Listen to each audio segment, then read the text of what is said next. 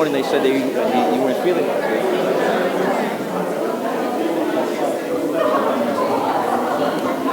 No, you know I gotta do this. I wanted to call Marvin Hamill up today. You know, I'm feeling this. You know what? Who cares? They come in. I grant something.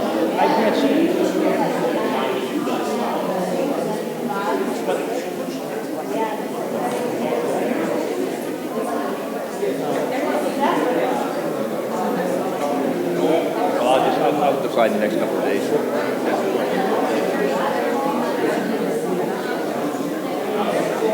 Well, the other thing I don't like is usually I do.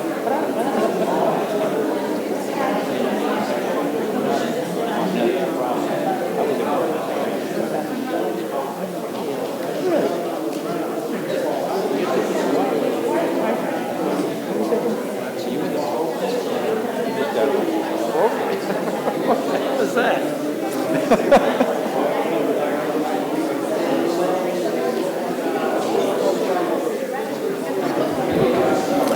Good evening, everyone. If everyone could please take their seats, I'm about to call the meeting of the Cranston City Council to order.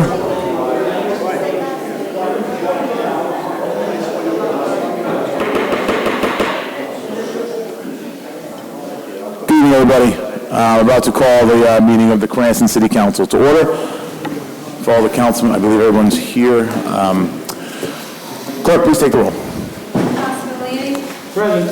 Councilman Hopkins? Present. Councilman Stieglus? Councilman Foley? Here.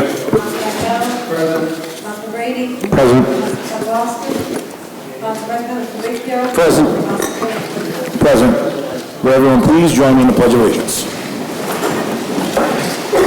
Pledge allegiance to the flag of the United States of America and to the republic for which it stands, one nation, under God, indivisible, with liberty and justice for all.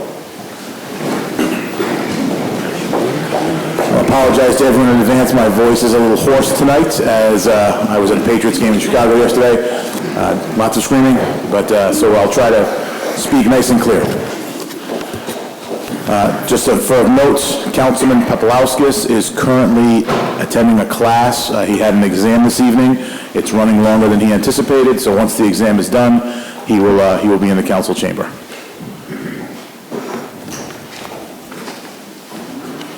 Under public acknowledgments and commendations, Richard Rhodey and Jacob Rhodey. Are they here this evening?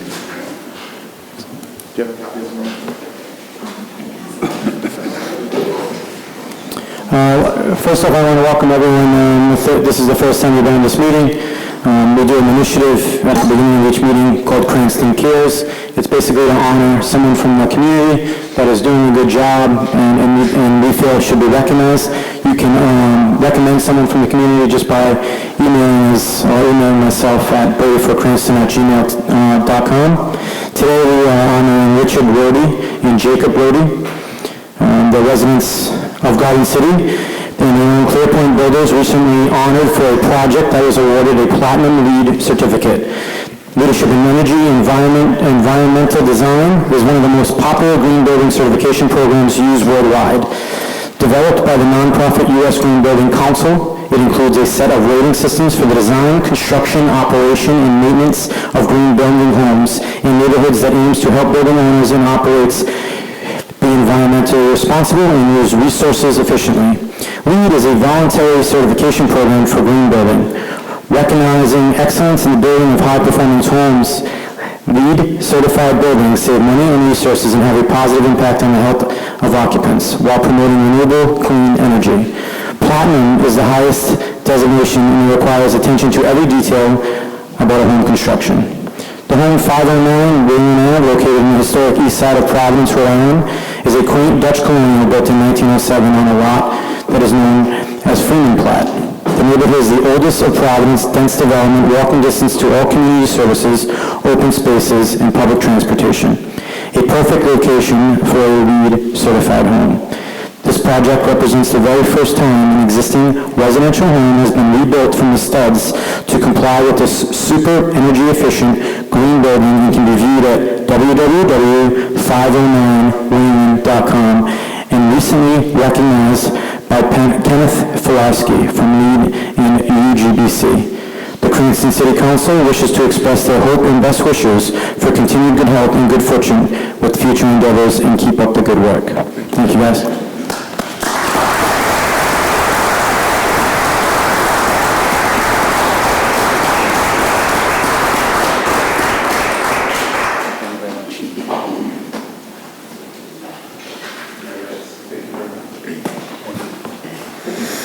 Thank you, City Council. I appreciate it. Thank you.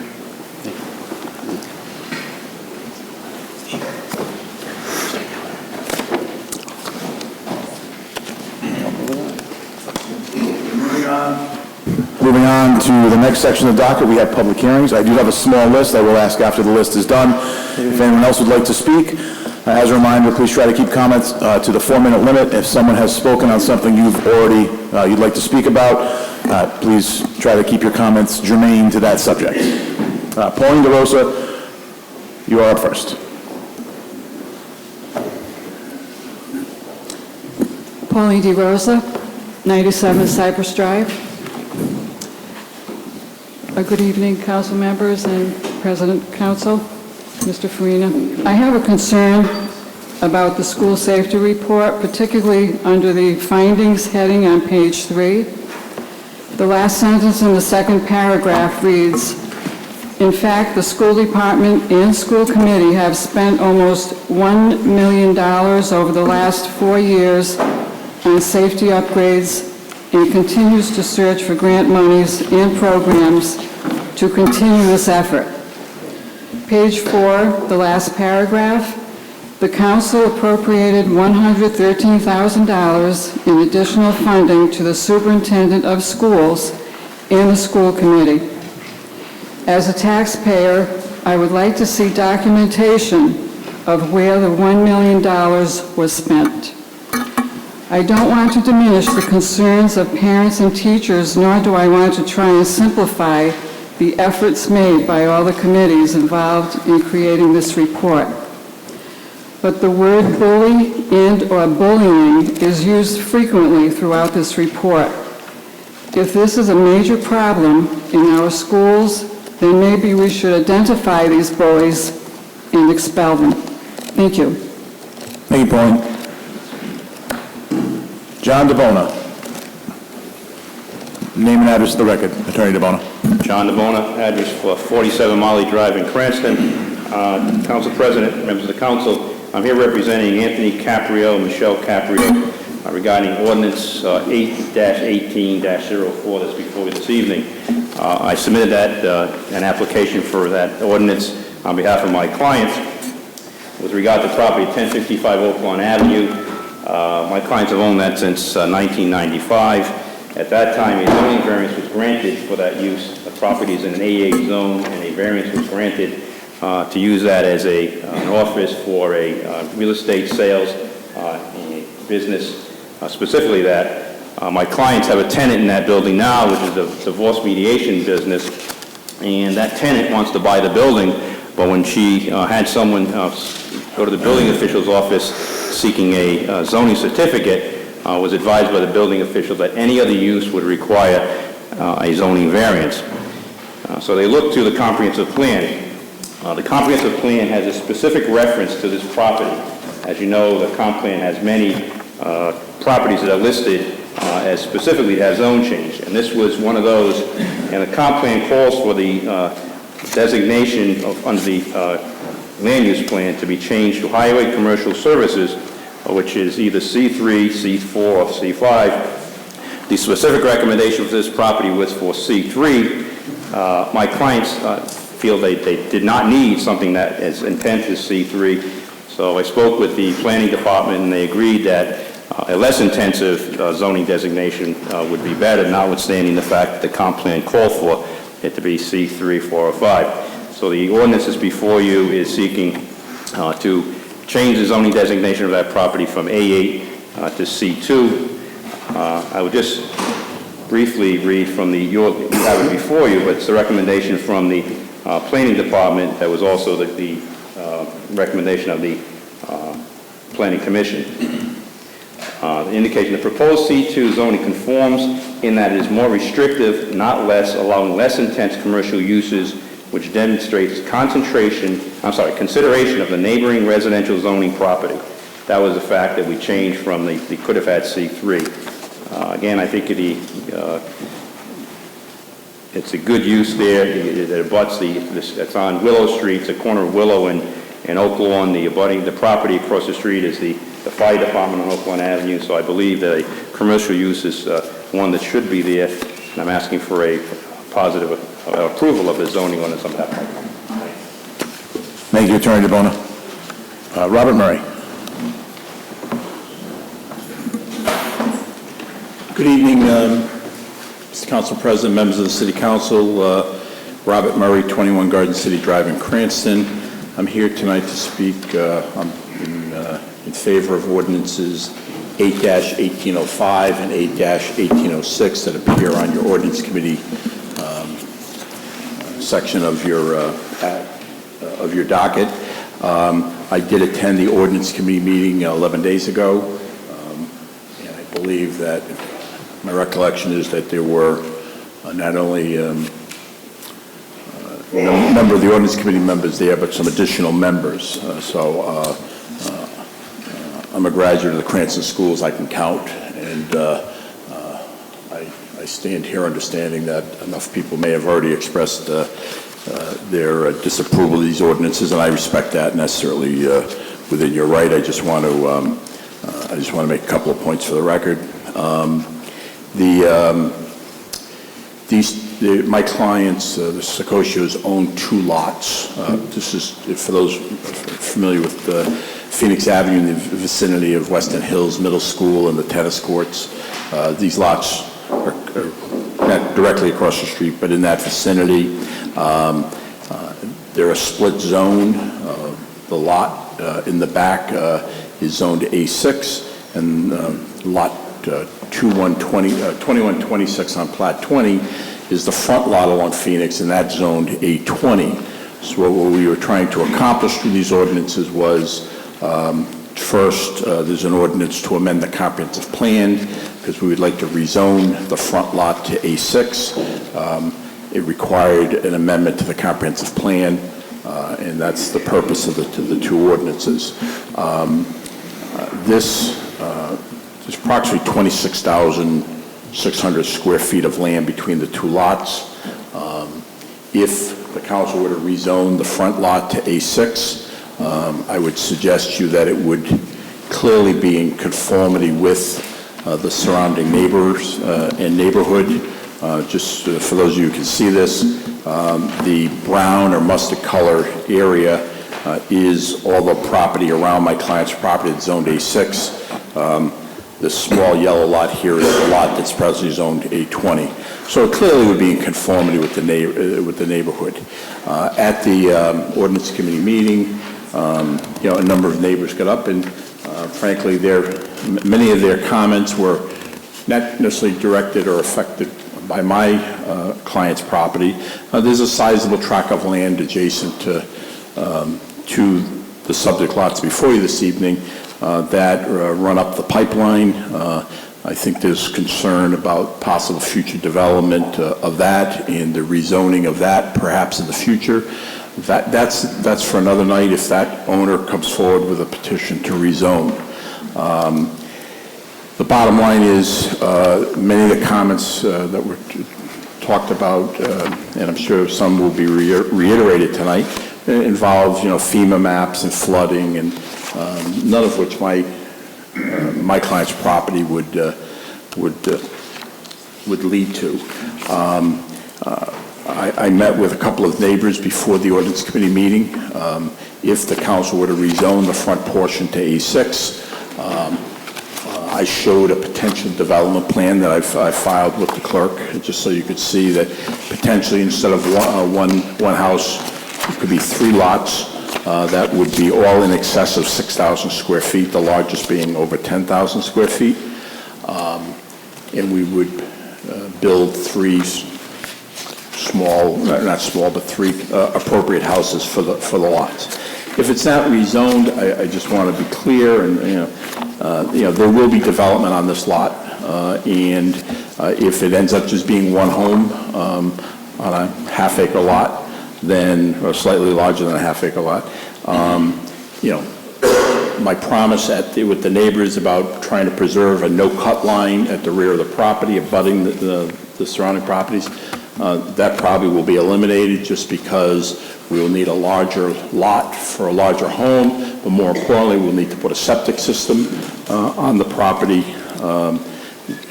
Sewers, presently the Public Works Department would not allow a sewer extension to these lots. We were willing to wait for that, but if we go forward, the lot in all likelihood will be cleared so a septic system can be installed rather than wait for the sewers. So that's not by way of threat. I just there's always another side of the coin, and we'll deal with it after your decisions tonight. So I want to thank you. I want to thank the Ordinance Committee for your attention. I want to thank the neighbors for their participation, and I certainly understand that the council always tries to be responsive to the neighbors, and you supported many of my zone change applications, so I understand that sometimes it doesn't always happen, and I respect your decisions. Thank you for your time. Thank you, Attorney Murray. Ken Raptowski.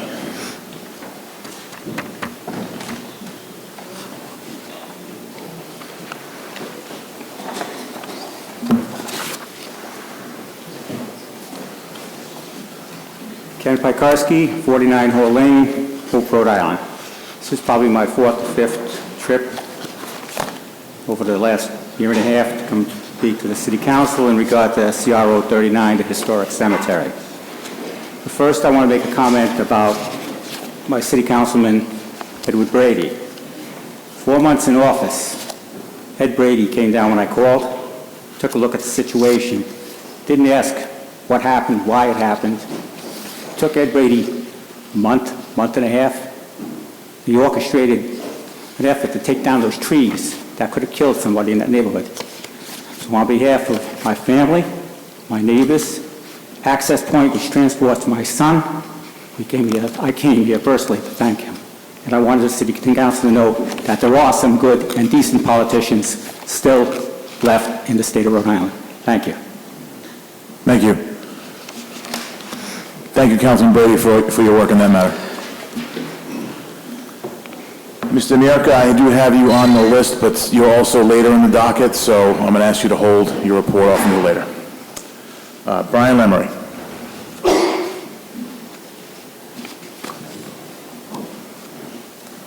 Brian Lamar, 10 Juliana Drive, Cranston.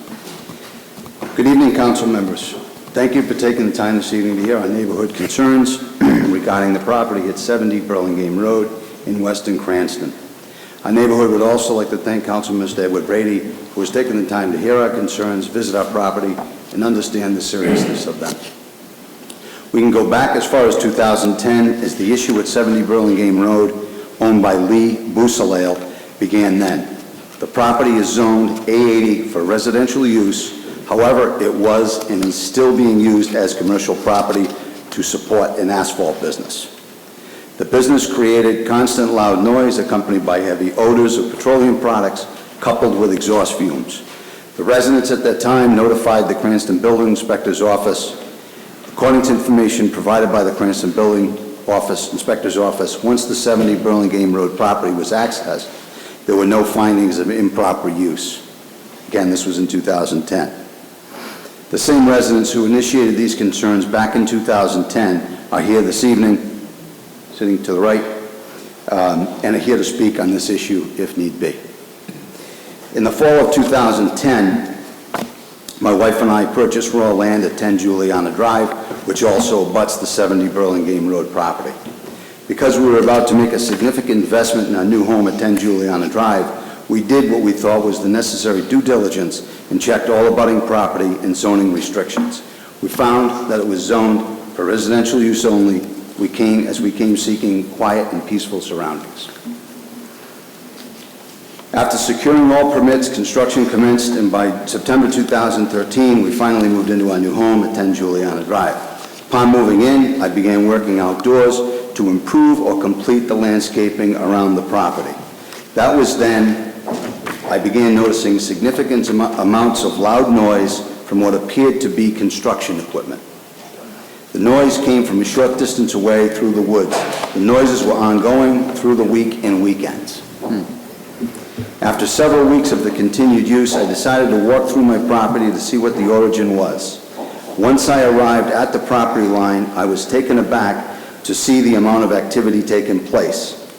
There were various construction equipment, dump trucks, payloaders, asphalt spreaders, concrete storage bins, and buildings lettered, equipment and buildings lettered Beausoleil paving.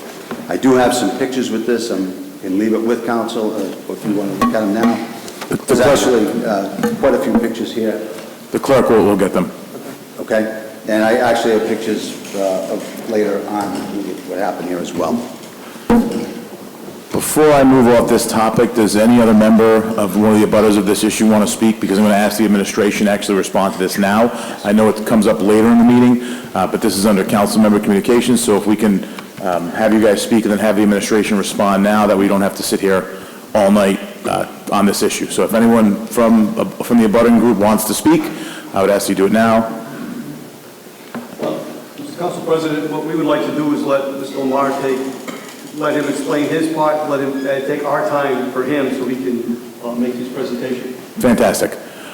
So, Dr. Muskin, would you like to respond?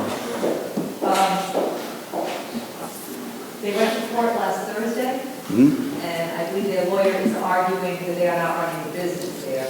Right. And they're using the Main Street address as the business. Right. What we have done since is we have now re-cited them for working as a business on that property. So starting the process over, working without a permit, trucks in a residential zone, and I believe there are a few other charges they had been cited with. Whatever basically we could find that they were not in compliance with, the building official cited them. So it's gonna go through the process again. They can cite it, they'll get a section notice, they'll go back to court. I don't know what the final, what happened in court Thursday, and that's what I'm trying to get to the bottom of the judge with them on that. But regardless of whatever that outcome, we have since recited it since Thursday, we're back out reciting them. We have been trying to get access to that property for a while, and our building officials limited legally to some degree as far as marching onto the property. The fire on that property Yes. was what actually ultimately gave us access. Yes. Because when we have a major structural fire, the building officials then called in. And that's what triggered him to be able to get in there, take a closer look, and that gave him a lot of license to what he had to do. I know the process isn't fast enough, and I know that we can't wave a wand and stop this. We have to take through the legal channels, but we are on it, and as recently as like this week, it's still, it's not a back burner. Right. Well, we certainly can say that we have seen a diminished activity since the fire and explosion, right? Not to, dramatize the whole thing, but it was quite horrific, right? So, what we're fearing here is that, this fellow is going to come back with a vengeance, right? So, what do we do, once this thing goes through the legal motions, if that comes back, not ruling, I want to say the right way? Yeah, it's tough, and I think that the answer, the best answer I have to you is we just continue to go out there and cite him and cite him and cite him. And at some point, I'm hopeful the courts will find him extensively. We're a little constrained on what we can do. We can't physically go and pull his trucks off the property, but he is being cited for having those trucks on that property, and that's going to get expensive at some point. So what about changing the roads to make it limited access, new trucks over 5 ton? I mean, the roads up there, 2 small cars have a rough time, going by one another. Oh, yeah, This guy's good. that's extra rotating, not a truck that size, down, absolutely. I mean, that's an interesting look. I'm happy to take a look at that, talk to our traffic safety, see if we can get signs up there and do police enforcement to enforce that. We're happy to work with whatever ideas are out there on this, because we see the problem, we are citing it and doing what we can to the fullest extent of the law, but unfortunately the law's slow, and you're at the limit of court. So I do think that there's enough evidence on this one There's a fine line because they're using a different business address, so it's hard to prove where his business is. No, We see enough. he has it set on the website, he has 70 Burlingame Road, On his right? website, but what they produced in Clark was the Yeah. Main Street address. Yeah. So they're working a very fine line on this, and I think our recourse at this point is to continually go out there and cite, and we will cite and set notices, and we're not letting it linger, and not that it wasn't important before the fire, but the fire illustrates even further. Like, you know, I just said a text problem. Apparently he pled not guilty, and that was why we went out there and recited. He is claiming he knows that he has to be seen. That was the last comment from court. So I apologize for looking at my phone. No, that's fine, sure, no. The other piece of this that also is concerning, we do not have city water in that area, right? So we're all on wells. Yeah. Right? So, you know, health and safety concerns, right? There were 3,000-gallon diesel tanks Yep. on site of this property, right? You know, and no containment, right? All this kind of stuff, you know. No, absolutely. I mean, I wish I had a clear and swift response for you, but what I can tell you is that we're just to the fullest extent that we can, and that was why literally after he pled not guilty, we went, now, which means to me that it's going to have further, it's going to go to trial. So in the meantime, though, we're still citing. So we're not going to wait for it to go through the rest of that process. That was why, I was curious why we went out and recited what happened. It hasn't happened in court. He pled not guilty, we'll go forward. In the meantime, we're citing him again. Okay. And just to... We're back and back to court on different charges. Sure. All right, and just to further illustrate the ruralness of the area, there are no fire hydrants in our area, right? So if you look around the city, it's every 500 feet you see a fire hydrant. In our area, it's 3/4 of a mile to the next fire hydrant. The evening of that fire, they had to use a pond to draft water out of to fight the fire, right? We were very lucky that it was wet that week. The whole neighborhood could have been engulfed. That fire was a great concern, and sadly, I mean, it's a double-edged sword. We certainly don't want building officials marching on people's properties randomly, but we need some permission to gain access unless a situation like the fire occurred. So if nothing else, the fire did at least let our inspector get on there Sure. and see exactly with his own eyes what was going on in the back part of that property. That really gave us the legs, and I think that will help us immensely that that does finally go forward, when it does finally go to trial. So if he pled not guilty, we're going to be able to prove the body of evidence. In the meantime, he's being recited and the process starts all over again. Right. So I wish I could give you a better answer. I can't fix it tomorrow. He is claiming that he's looking for a different place to move and on him, and I know that I'm telling to be cited every time I want to follow the law, then I'm like, actually, think about it. Okay. In his case, the law is very clear. We have other situations in the city where the law is not that clear.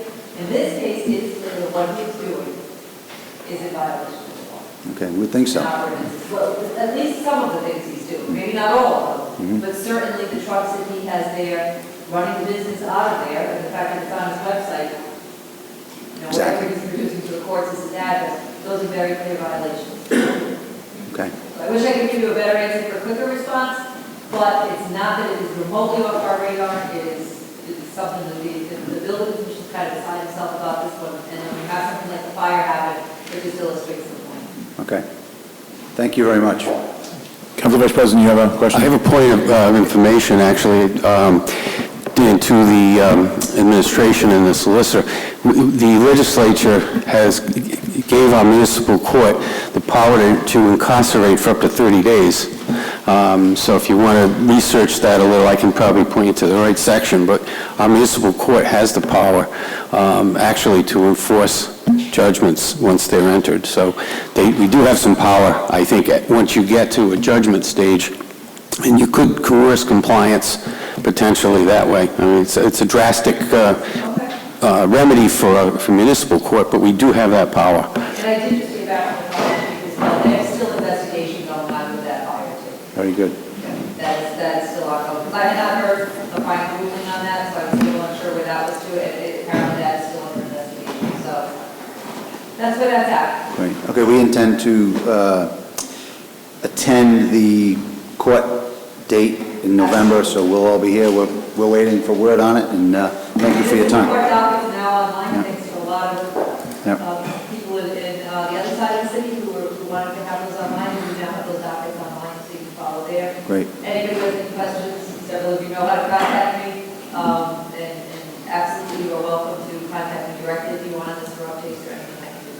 Okay, I just welcome you folks. I know you're busy. Please take a look at those pictures. You'll get a good flavor for what was going on there. Thank you, Brian. Thank you to the rest of the residents of Juliana and Burlingame for coming in tonight. We know it's a serious issue, and we're not taking it lightly. Thank you. Anyone else like to speak on any docketed matters? Give them a chance to talk to administration. Anyone want to speak on any docketed matters? Going once? Come to the podium, please.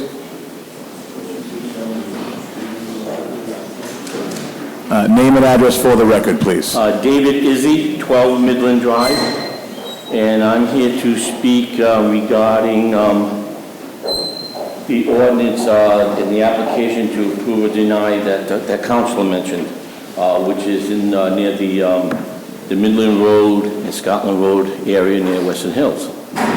There's 3 lots there. There's 2 lots there seeking to have approval to be able to develop that land.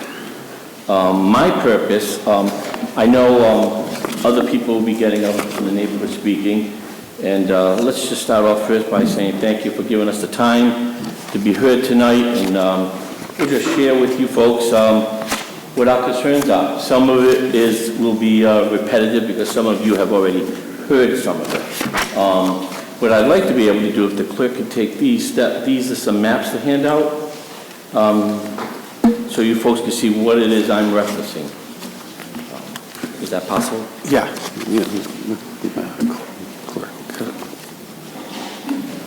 Chris will get him.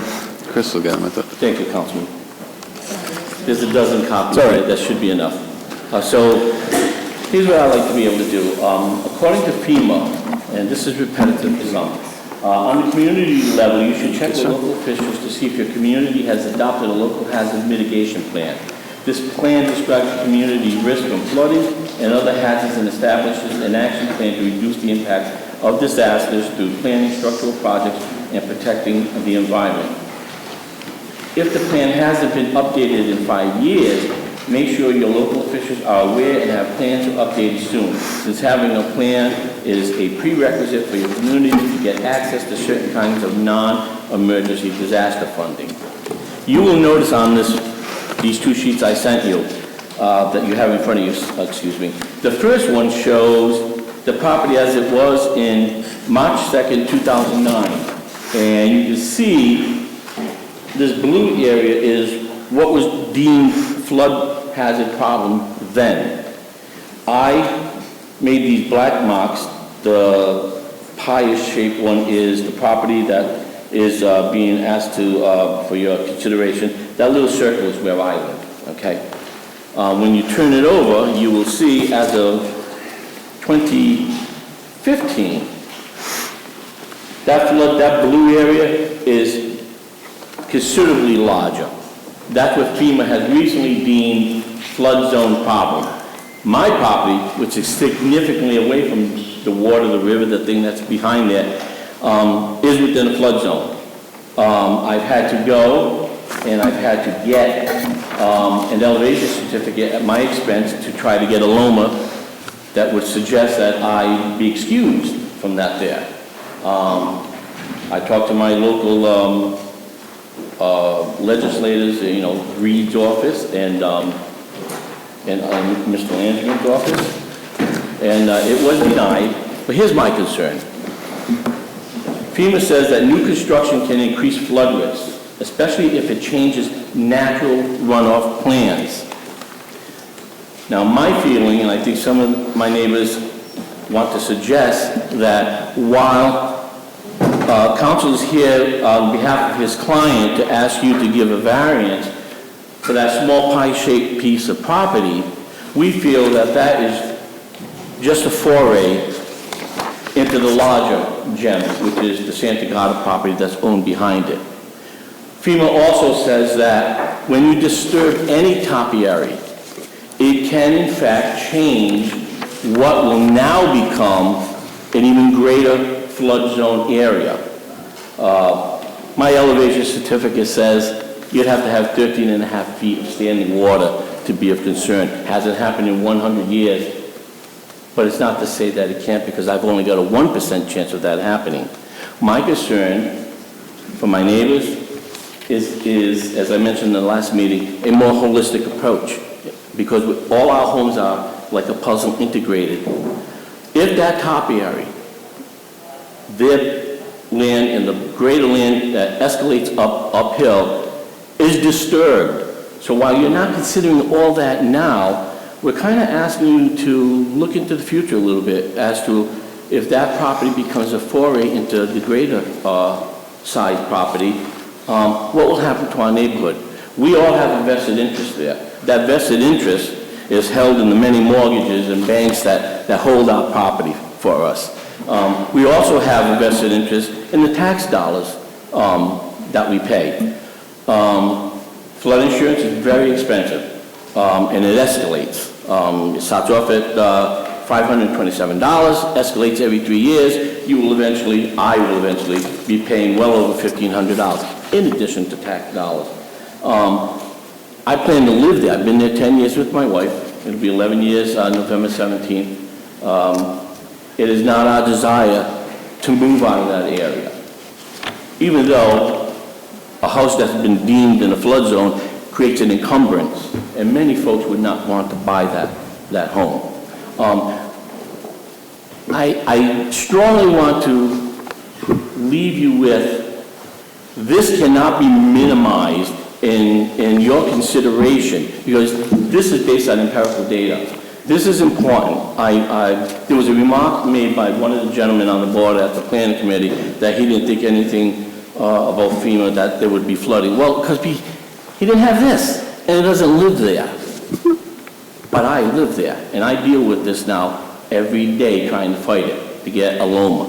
That doesn't mean, let's say FEMA said, you know what, yeah, you can have a LOMA. That doesn't mean that I don't have that 1%. Sir, you're making a lot of good points. I want to give everyone a chance to speak. Thank you for your consideration. Thank you very much. Thank you.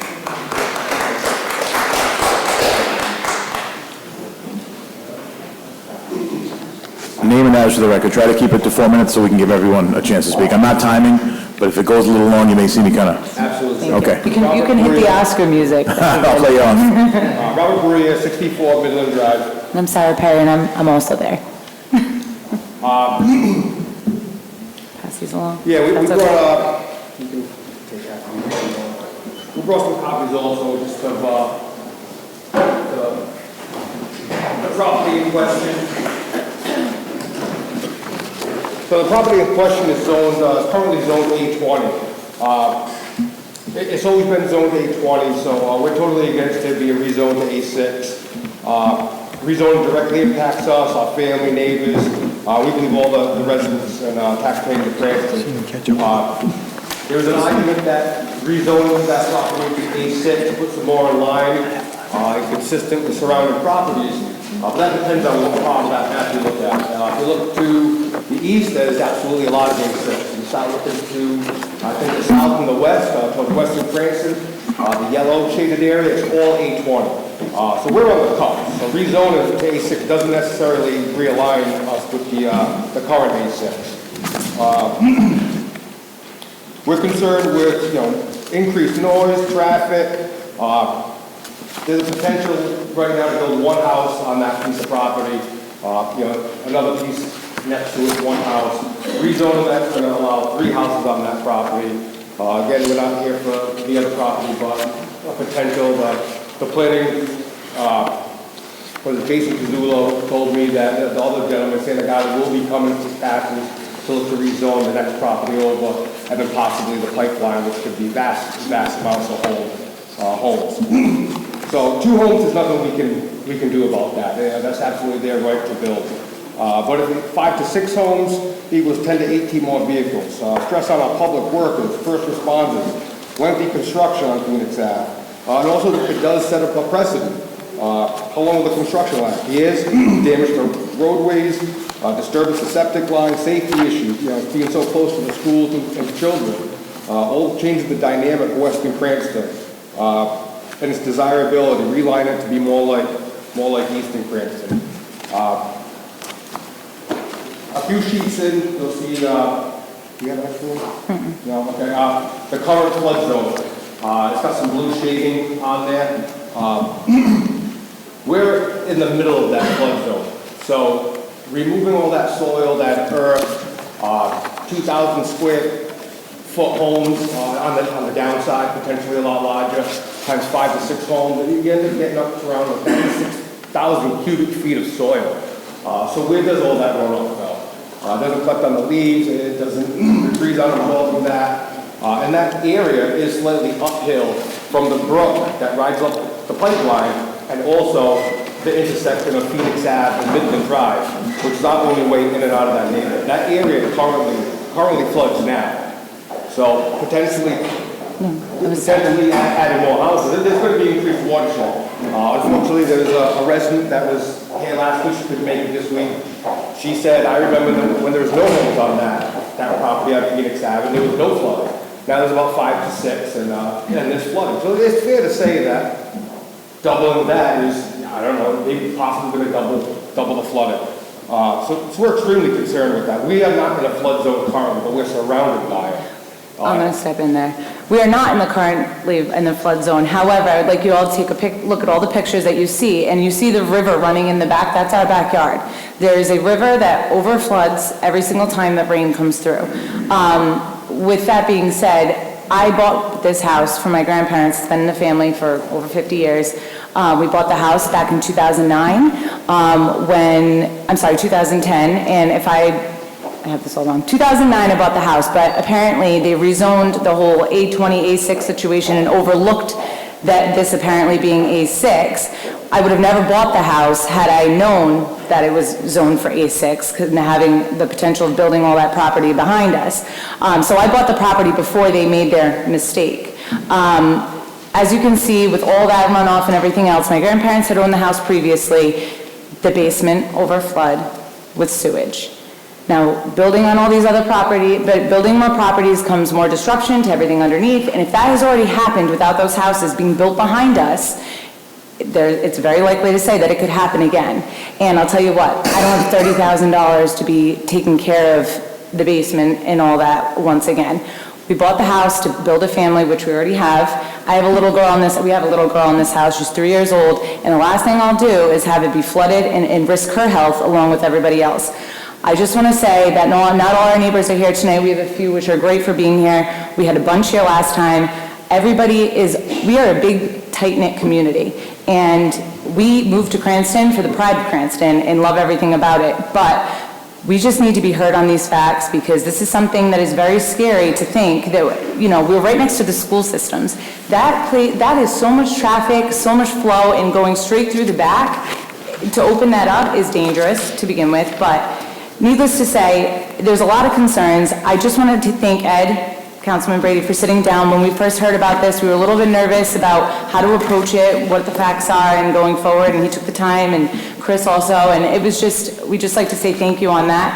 But also, just know that I just can't go ahead knowing that we can just go in and just make changes on something when, we didn't exactly do our homework or have reasons as to why it needs to just casually be changed back. With that being said, I think that we just Thank you very much. Thank you for your time. Thank you.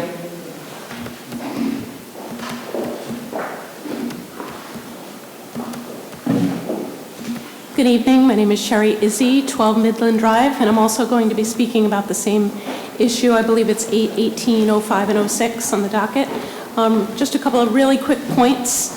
First, I wanted to recap that at the original planning committee, it was not recommended.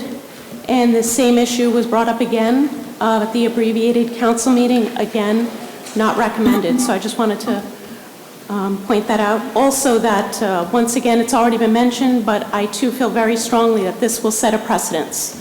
And you'll be changing that entire area. It's been said that it's a close-knit community, and once you start making these decisions, they really do have impacts on other areas of land. And that's greatly going to change that neighborhood. So I just strongly am against this. I just wanted to state that. Thank you. Thank you very much.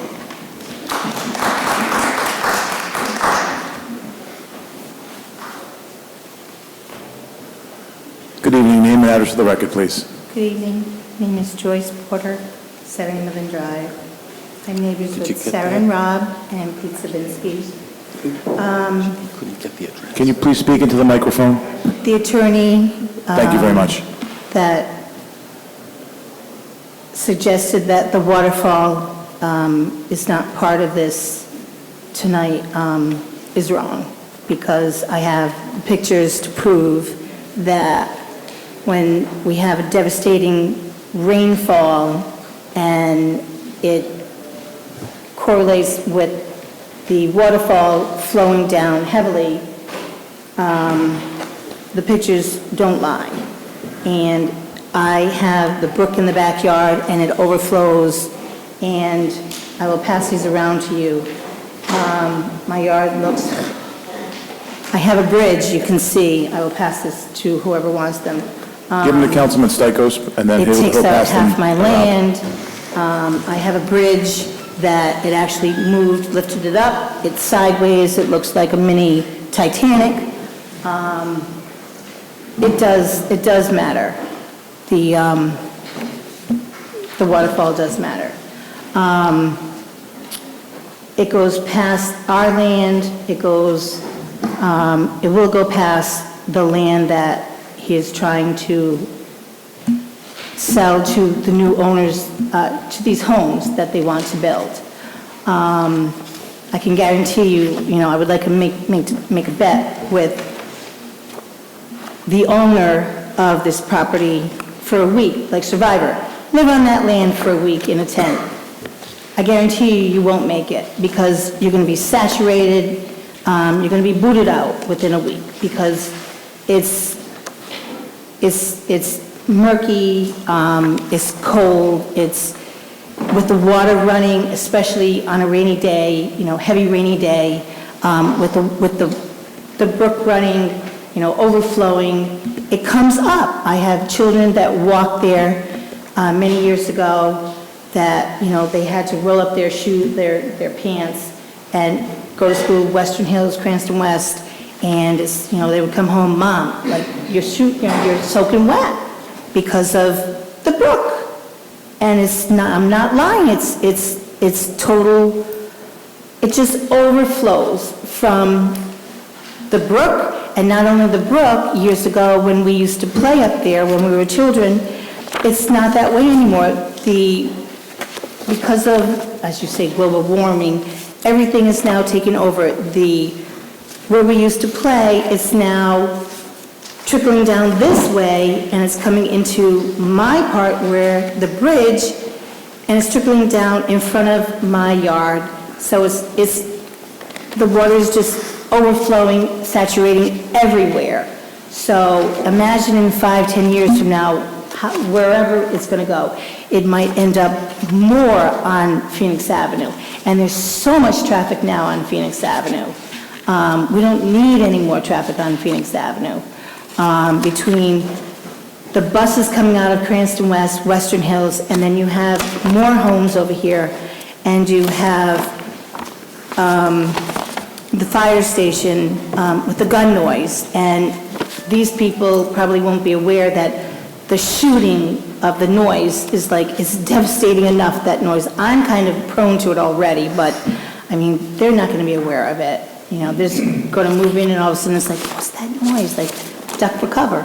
I have my traveling vet comes and says, wow, can you stand that noise?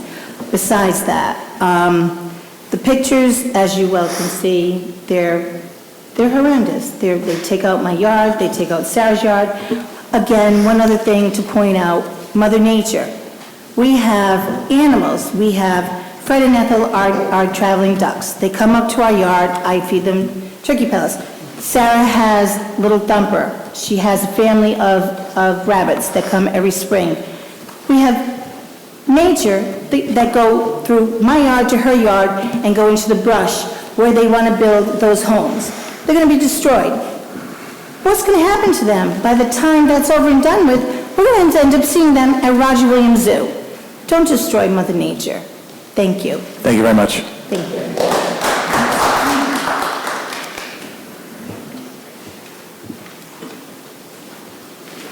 Good evening, name and address for the record. I'll just remind you, we've had some very great speakers on the topic, so.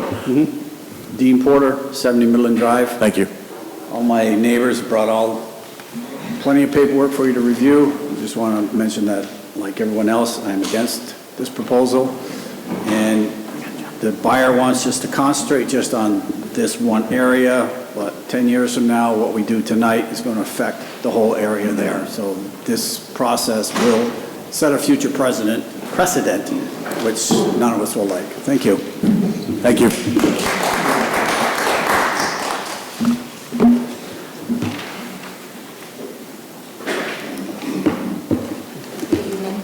Good evening. My name is Nancy Castillo, and I am an owner of a small cape located on 65 Midland Drive. I'm going to make it very brief. I spoke the last time too, but I'm also in agreement with my neighbors to oppose the construction of 2 to 3, possibly more in the future, of homes being built on Phoenix Avenue. I have been living in this neighborhood for over 8 years. Being a first-time homeowner has been a great experience and also overwhelming at times with the expenses of keeping up with it, more when it's just me as one income. The possibility that my taxes could be increased dramatically or having to add additional homeowners insurance is not something that I can financially look forward to. I would be very disappointed if I had to put up my home for sale due to these reasons. I am very grateful that I live in a safe neighborhood. I have excellent neighbors that I am very grateful for. So I want to thank you for allowing me the opportunity to speak on these possible changes, and I hope that you do not allow it to pass. Thank you. Thank you very much. Anyone else to speak? Good evening. Name and address to the record, please. Peter Sabinski, 60 Midland Drive, Cranston. Thank you for allowing us here tonight, and thank you for your service. A little history of the area. During the past 50 years, the residents of this area presently in question, and it's the abutting area as well. This area is just north of the illegal Cranston Police shooting range, the illegal one. This area has been subjected to approximately 5 requests for zoning changes in that time. All but one failed. This one failed. In this failed one, I should say, we did get to have Midland Drive changed to a dead-end street. The others failed because of the council's vote or by residents, myself mainly, bringing successful court actions which overwhelmingly reversed the board's decision. It should be noted that in our plat, Midland Drive and Scotland Road, approximately 8 years ago, we suffered through a major city sewer backup that caused severe flooding of sewage in many of our basements. Because of that, it shows that the present sewer system cannot handle an increase of sewage because of the increased density. In the afternoon hours, the students of the middle and high school are endangered because of the enormous amount of traffic on Phoenix Avenue. In the wisdom of the former planners of the master plan, they had put in safeguards to prevent overdensity. They did this by not having too much land zoned A6. If more parcels are zoned A6, we would no longer have a Western Cranston. We would become less than ordinary and not special. I wish you to vote against this proposal. Thank you so much. Thank you, Mr. Zerbinski. Anyone else? Robert Maria, 64 Midland Drive. I just want to submit some additional signatures. We had a petition with about roughly 50, so some other neighbors. Deputy Clerk, could you get that for me? Some other residents that couldn't make it tonight.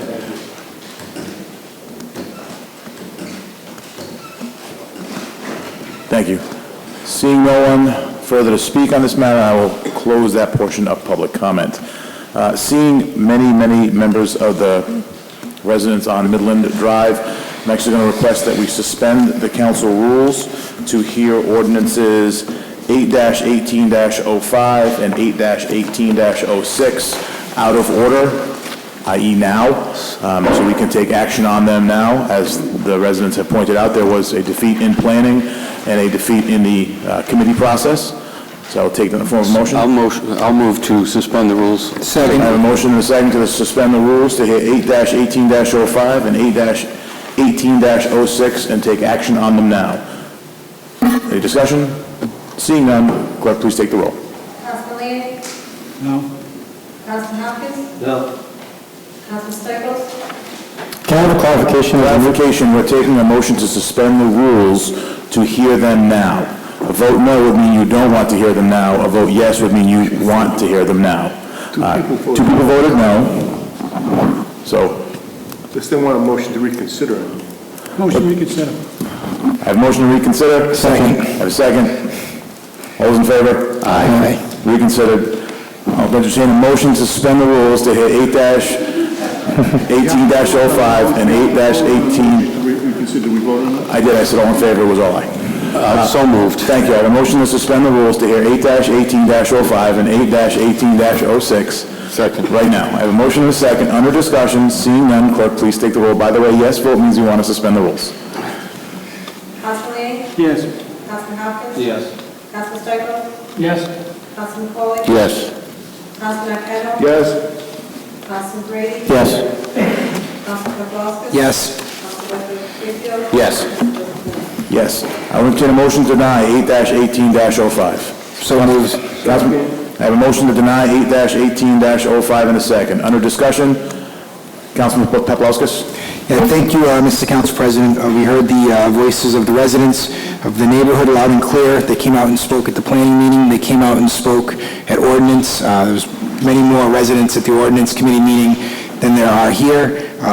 But I know I heard their voices, and my colleagues on the ordinance committee heard their voices that night, and it was unanimous denial of recommendation. I don't see any greater good to the city right now to pass this, so I'll be voting no. Thank you, Councilman. Councilman Lanning. Thank you, Council President. If I remember correctly, this type of ordinance at this location has come up at least 3 or 4 times over the past 15 years that I've been on this council, and we rejected it every single time for the exact same reasons why they're going to reject it again tonight. And so I urge every member of this council to reject this. Thank you. Thank you, Councilman. Any further discussion? Council Vice President Favicchio. Thank you, President. I wasn't able to make the ordinance meeting, but so I just got to look at this for the first time. But the flooding is really concerning to me, and that's on, we have heavy rains quite frequently, it seems. So I'm concerned about that area in the watershed. So I will be voting I'll be voting in favor of the motion, basically, to deny. Councilman Hopkins. Thank you, President. I just want to congratulate the people from that neighborhood. You people were so passionate during the ordinance meeting, and we listened, and the vote was unanimous against it. And again, you came back again tonight with the same passion and drive to protect your land and your neighborhood, and I'm pretty sure that we heard it again tonight. So I want to congratulate you as a former teacher, for doing your homework. Thank you. Councilman Brady.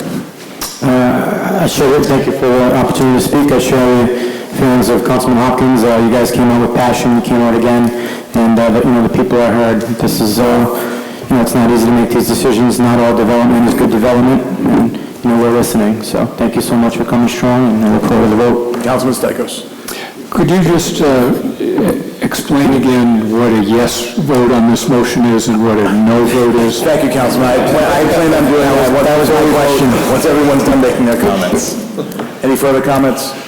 I will make mine, make them short. This has come before the council before and has been denied several times. I do thank the residents for coming and speaking, but do know that the council does support neighbors and neighborhoods when these things come up. Not all zoning, as Councilman Brady said, is good zoning. Not all changes are the right changes. So I do thank you for coming out. I was not at the ordinance committee meeting, so I was not able to say that to most of you then.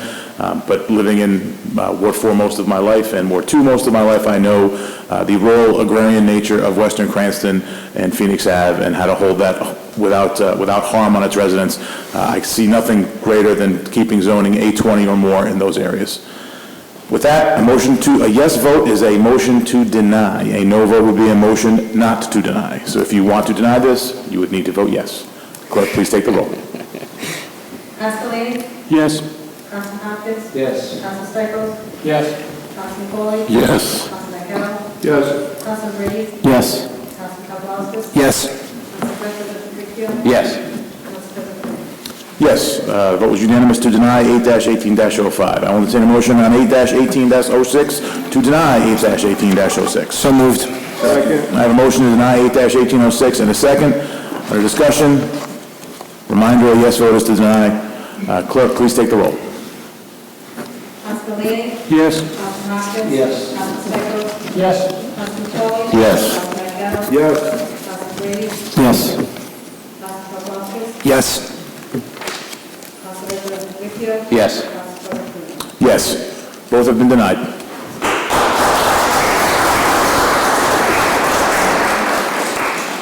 Back to the order of business for the evening. Report of committees, Council Vice President with the Finance Committee. Thank you, Council President. First, we have resolution authorizing real estate tax abatements. Motion to approve. I have a motion to approve real estate tax abatements. Do I have a second? Second. I have a motion and a second. Under discussion? Seeing none, clerk, please take the roll. Castellini? Yes. Councilman Hopkins? Yes. Councilman Stichels? Yes. Councilman Foley? Yes. Councilman Carroll? Yes. Councilman Brady? Yes. Councilman Paplaskas? Yes. Council President Vecchio? Yes. Yes. Next, we have a resolution authorizing motor vehicle tax abatements. Motion to approve. Second. I have a motion and a second on vehicle tax abatements. Any discussion? Seeing none, clerk, please take the roll. Castellini? Yes. Councilman Hopkins? Yes. Councilman Stichels?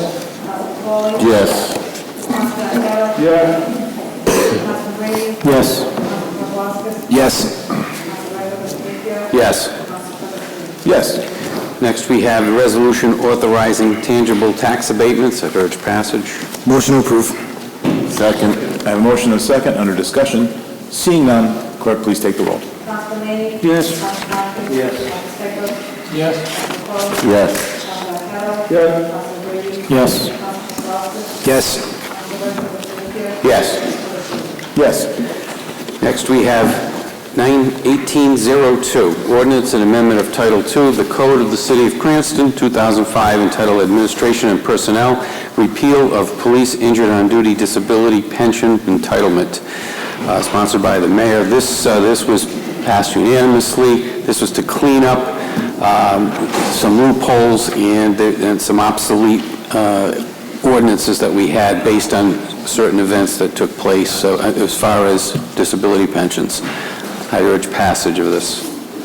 I'll entertain a motion to approve. I have a motion to approve in a second. Do you have a second? I have a motion and a second. Director Muskin, since I was not at the committee, I'd like a little more detail on this before I vote, if you don't mind. Sure. If you recall, these ordinances were put in place back in 2007. They were a reaction to a situation where there was a disagreement on somebody's injured on duty status. What this ordinance did was it said pretty much that if the city wanted to put somebody on a disability, a work-related disability status, and the state denied them, the city would put them in for an ordinary with the state and would pick up the difference out of the city pension system, except that person would have never paid into the city pension system, which we found highly problematic. Because that's a closed system and it's already we would actually have to figure out the arc on that to continue to fund it properly. There's no way to accurately figure that. It also is ripe for picking and choosing because the city makes the decision on who's eligible for that. They don't have to do it for every person or not. We spoke to the labor unions on this. Both police and fire labor were in agreement that it was not a problem for us to remove it from their standpoint because they also said that at the time that those went in, there was not a workers' compensation court. So that if somebody was denied, they had no other recourse other than the Superior Court process, which was very lengthy, time-consuming. So now they can go to workers' comp court if they get denied. If they lose there and want to fight it, then they can. But we felt that it was problematic because it took money out of the closed city system for people who never paid into it. And it was somewhat arbitrary, and administration to administration could be used somewhat irresponsibly if somebody wanted to. Thank you, Director. Councilman Lanning. Yeah, to follow up on that, is this in reference to the 5 or 6 firefighters and police? The what? The 5 or 6 police and firefighters who are on disability with cancer? There were some that were outstanding and lingering, but I believe the fire, I think Mr. Barretta told us there was one left. I do not know if there were any outstanding with, we have some outstanding with police that are currently in suit with us right now on different situations. All right, but these are related to the cancer cases? One was. One or two were with fire, but most of those have either been resolved or they've taken service disability since then.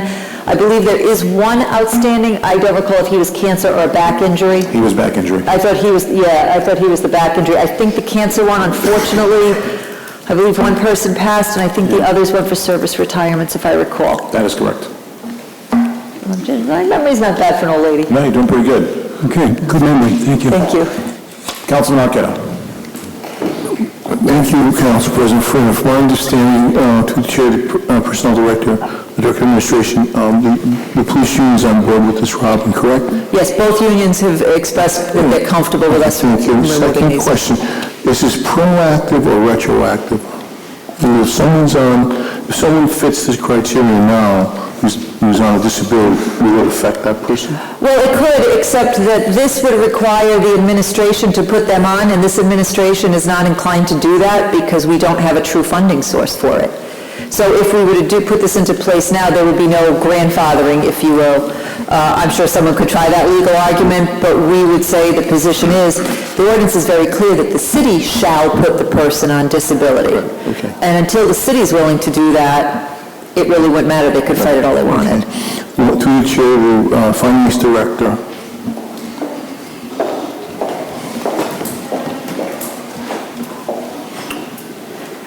Mr. Strama, is there any way to say how much in dollars this would save the city? Is there any type of equation you could use?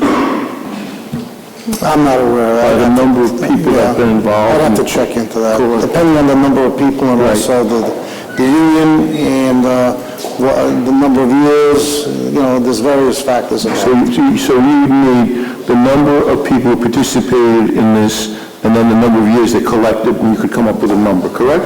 Well, Nobody's participated in it. Oh, no one has We have participated? never, the city, it got put in 07, nobody has ever, the city has never put somebody So into this is that. kind of a safety factor? This is a safety factor Okay, right now. all right, thank you. The cost is the difference between 50% taxable and 66 2/3 tax-free. It's a significant cost. no. Any further questions? Seeing none, clerk, please take the roll. Councilman Lanning? Yes. Councilman Hopkins? Yes. Councilman Stichels? Yes. Councilman Foley? Yes. Councilman Marquardt? Yes. Councilman Brady? Yes. Councilman Paplaskas? Yes. Councilman Fitzgerald? Yes. Yes. Next, we have ordinance 9/1803, ordinance and amendment of Title II of the Code of the City of Cranston, 2005, entitled Administration and Personnel, repeal of firefighters injured on duty disability pension entitlement. This is the firefighter, the firemen's union counterpart to the previous one. I'd urge passage. I want to entertain a motion to approve. So moved. Second. That motion is second, under discussion. Seeing none, clerk, please take the roll. Councilman Lanning? Yes. Councilman Hopkins? Yes. Councilman Stichels? Yes. Councilman Foley? Yes. Councilman Marquardt? Yes. Councilman Brady? Yes. Councilman Paplaskas? Yes. Councilman Fitzgerald? Yes. Yes. Next, we have 9-18-04, ordinance ratifying, confirming, and approving the lease agreement between the City of Cranston and the MS Dream Center, sponsored by the mayor. This was also approved unanimously, I believe, in committee. Entertain a motion to approve. I'd urge passage. So moved. I have motion, is there a second? Second. Motion is second, under discussion. Seeing none, clerk, please take the roll. Councilman Lanning? Yes. Councilman Hopkins? Yes. Councilman Stichels? Yes. Councilman Foley? Yes. Councilman Marquardt? Yes. Councilman Brady? Yes. Councilman Paplaskas? Yes. Councilman Fitzgerald? Yes. Yes. Next, we have 9-18-05, ordinance ratifying the Teamsters, Chauffeurs, Warehousemen, and Helpers of America, Local Union 251, municipal employees, fiscal year July 1, 2018 to June 30, 2021. This also passed unanimously in committee. I'd urge passage here. Motion to approve. I have motion to approve. Do I have a second? I have motion and a second, under discussion. Seeing none, clerk, please take the roll. Councilman Lanning? Yes. Councilman Hopkins? Yes. Councilman Yes. Councilman Foley? Yes. Yes. Yes. Yes. Yes. Yes. Council Vice President, before we do the safety report, I think that may take some time. I believe we have one more matter under ordinance. If we could do that so the attorney doesn't have to listen to us debate the safety report. I would appreciate that if we could just do that after. So I will switch to the ordinance committee for a brief moment. Chairman Paplowskis. Thank you, Mr. Council President. We have 8-18-04, ordinance and amendment of Chapter 17 of the Code of City of Cranston, 2005, entitled Zoning Change of Zone, 1055 Oak Lawn Avenue. And this was recommended for approval in committee. Motion to approve. Motion to approve, and a second. Under discussion, Councilman Stichels. Yes, I didn't quite hear what the plans are for this property. I know that you said it, but I didn't hear what... Attorney DeBona? There's an existing building there now. The use is going to be the same as it is now. Someone's renting there as a divorce mediation business, but the reason for the ordinance was the fact that every time that property would change, you should have to get a zoning permit. So it's going to remain the same use that there is now. Office. Thank you. Any further questions? Clerk, please take the roll. Councilman Lanning? Yes. Councilman Hopkins? Yes. Councilman Stichels? Yes. Councilman Foley? Yes. Councilman Marquardt? Yes. Yes. Yes. Yes. Yes, that takes care of all the ordinance business for the evening. Now we can go back to finance under the City School Safety Report. Council Vice President, the floor is yours. Thank you, Council President. First, I'd like to address Pauline's questions with regard to the report.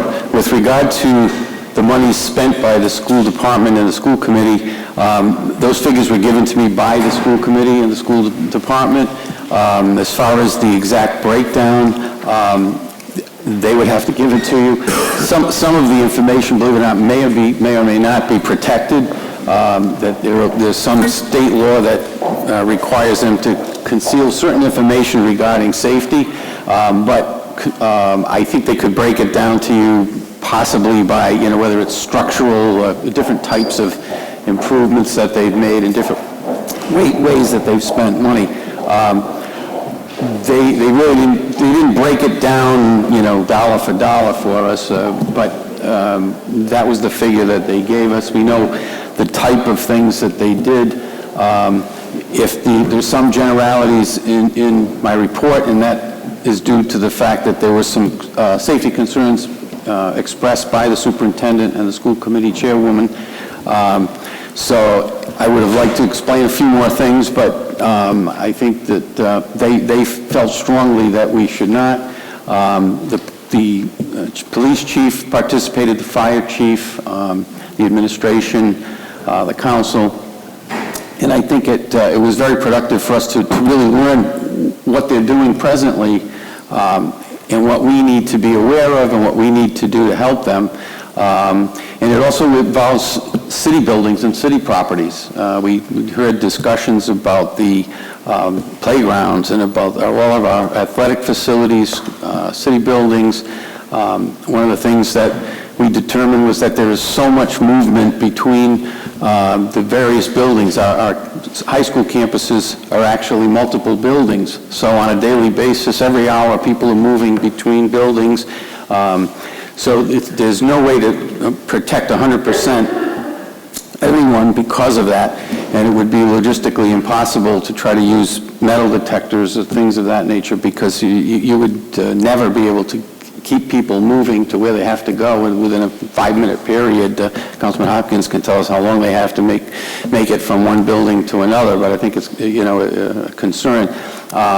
We put some money into the budget as a result of the hearings. We get the 2 more school resource officers. We think that that's a very, very good step in adding some more security. We also did add the $110,000 or $113,000, Council President? $113 intended for social workers, so that the school department could try to explore ways to be preventative and try to help kids that are troubled. But I think that overall, we were satisfied that at least they have used considerable amount of money to take precautions, and a lot of the things that have been mentioned in the gubernatorial politics and elsewhere in the state have already been looked at, explored, and even implemented in many situations. So there haven't been any surprises, things that we haven't heard about. I think we're going to continue. We're going to have a meeting in January to continue our discussions and continue to discuss this issue. I know the school department's coming out with some plan for schools in the future. Obviously, designing schools built for safety is a great goal, but the cost factor is tremendous. So those are some things that we'll have to look at as well. But I think we were satisfied, and it was good for the council to learn, and also other departments to learn exactly what the school department and school committee have been doing. And the police department, can't say enough about all the work they've done in making the schools safer and implementing some procedures that, again, they don't want publicized, but be aware that they are on top of, all the latest methods and software and different things that are available to police departments to monitor schools.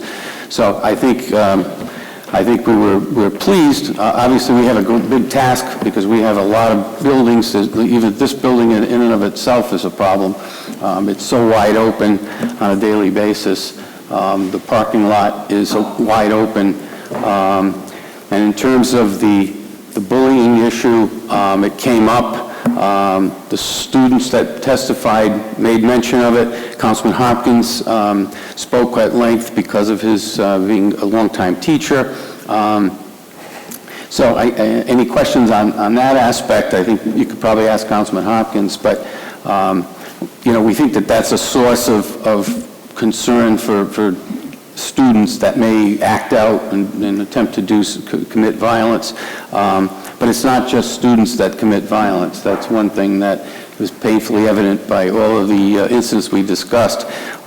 It is outside forces many times, and protecting against that, I think, unfortunately, I think the police presence is probably one of the strongest methods of dealing with it, and being aware. And then there are a lot of informative sessions and teaching that's going on between the police and the school administration, and we'd like to see that expanded even greater so that they develop more methods of protecting the students.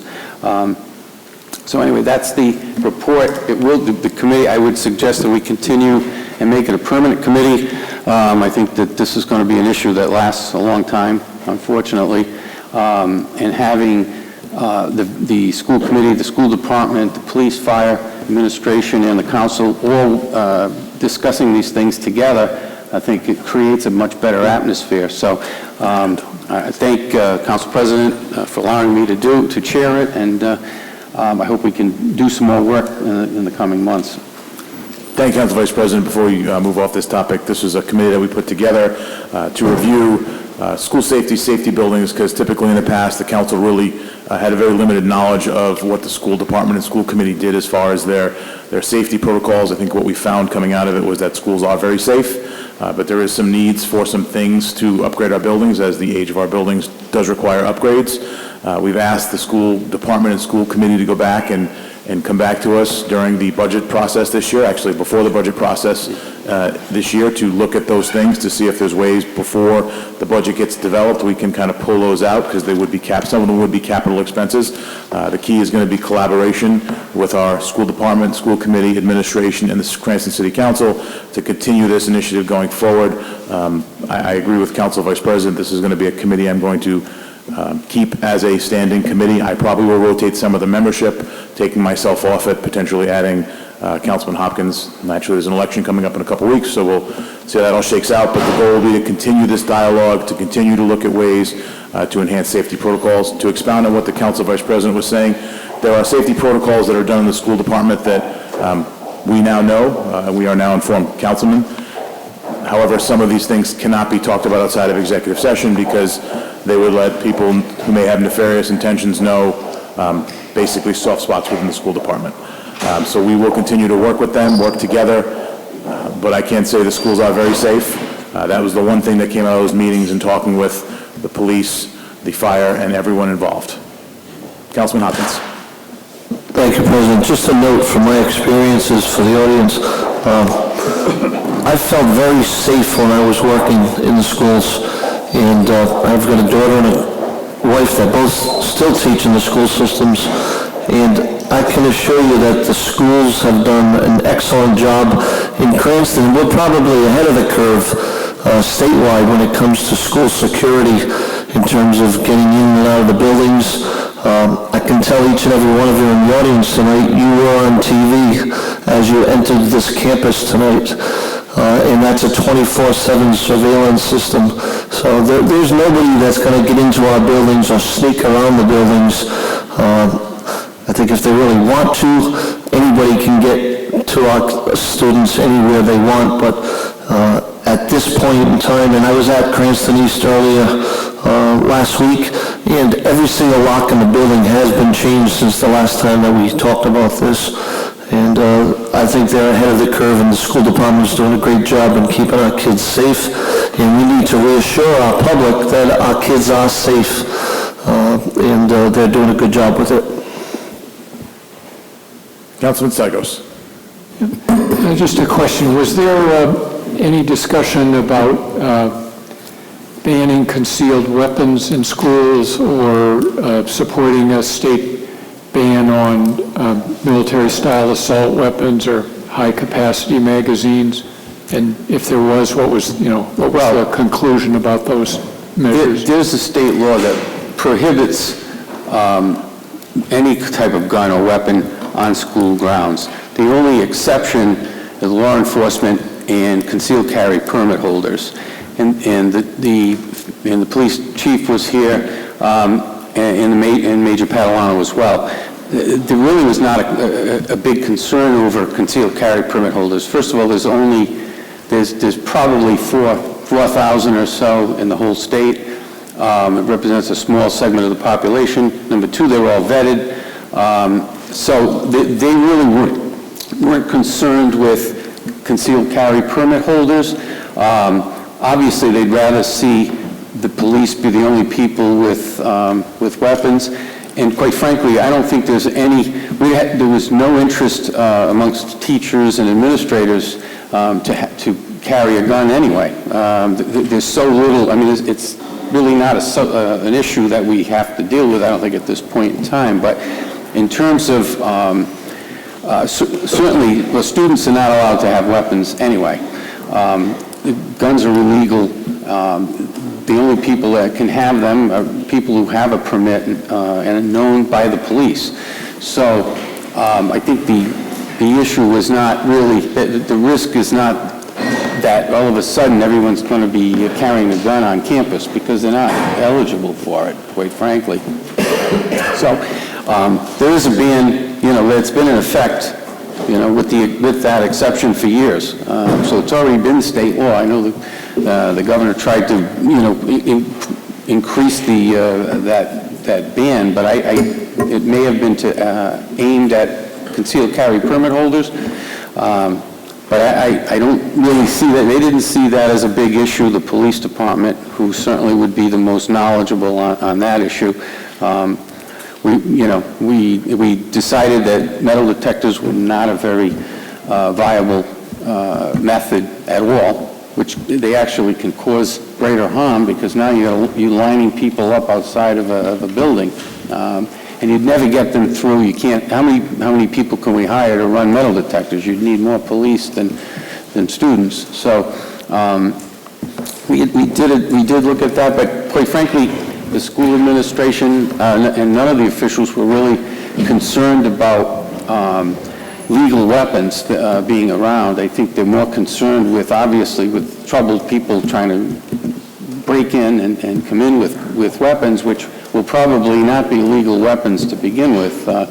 Crazy people don't go get a permit first and then say, and decide not to do something violent because there's a law against it. They don't obey laws, they don't read laws, they just act out. So, but I think everyone involved was very, very, comfortable with what we're doing now. The resource officers are very, very enthusiastic about their job. We have a younger group of resource officers, just to release a little bit of information, because they feel that they're more aggressive in terms of dealing with active shooters or issues, rather than just hiring retired officers. So they did a great job explaining a lot of what they do. And Major Padalano's here now, but I don't think there was any great concern. If someone brings a large weapon on the school grounds, somebody's going to try to stop them first. Obviously, nothing is foolproof in this day and age unless you have lockdown buildings, where you can house 1,100 students in a high school in one building. It's just not practical. So, but the issue was discussed. Just to add a little bit of clarity, the main discussion from the school department and the police was how to add more resource officers and how to add more social workers in the schools to avoid any issues that might arise with mental health of the students. That was the largest concern. Concealed carry permit holders came up for about 5 minutes when the membership entirety of the council group decided that between the resolution that we passed and the work the governor was doing, it was no longer an issue. We should focus the work of the committee on things that we can affect.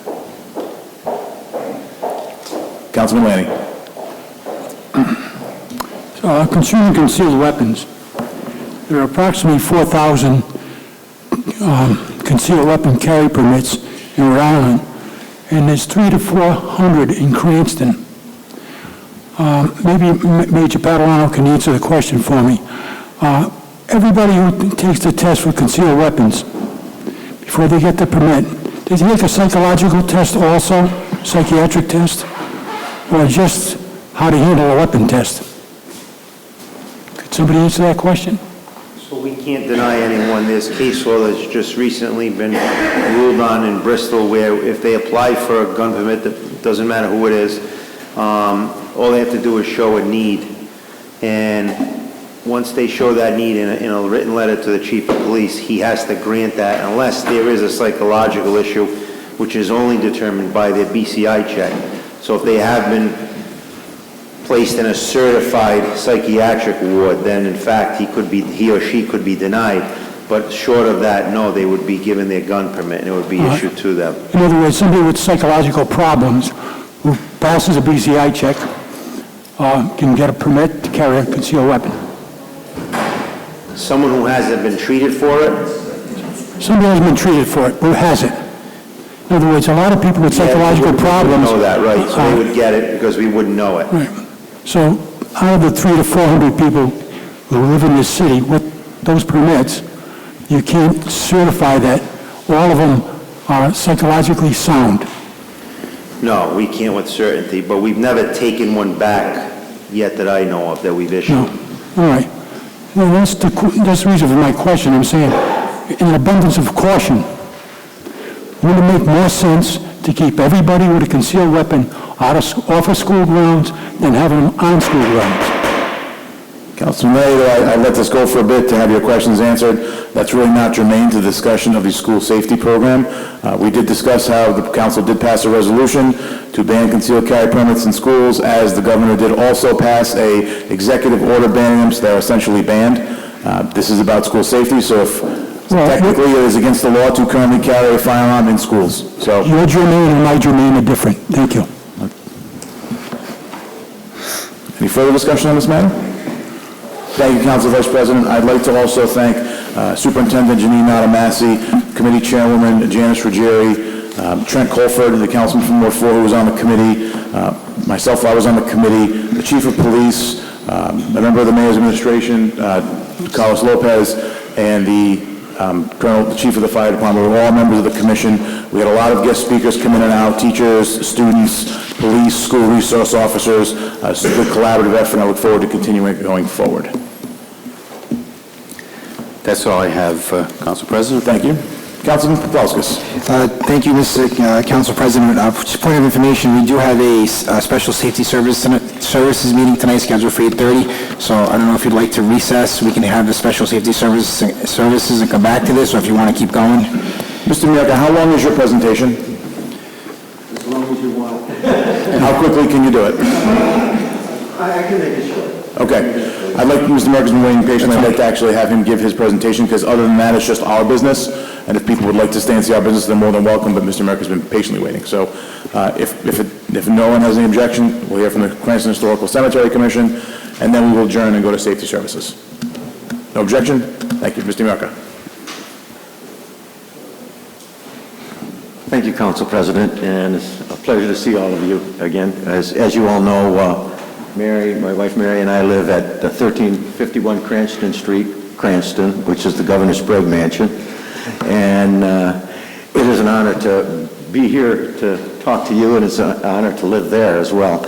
We've been in Rhode Island over 40 years, and prior to going to the Sprague Mansion, we were about 16 years at the Nathaniel Green homestead. My only reason for mentioning that, you have the report that I did, that I submitted to the council in the city.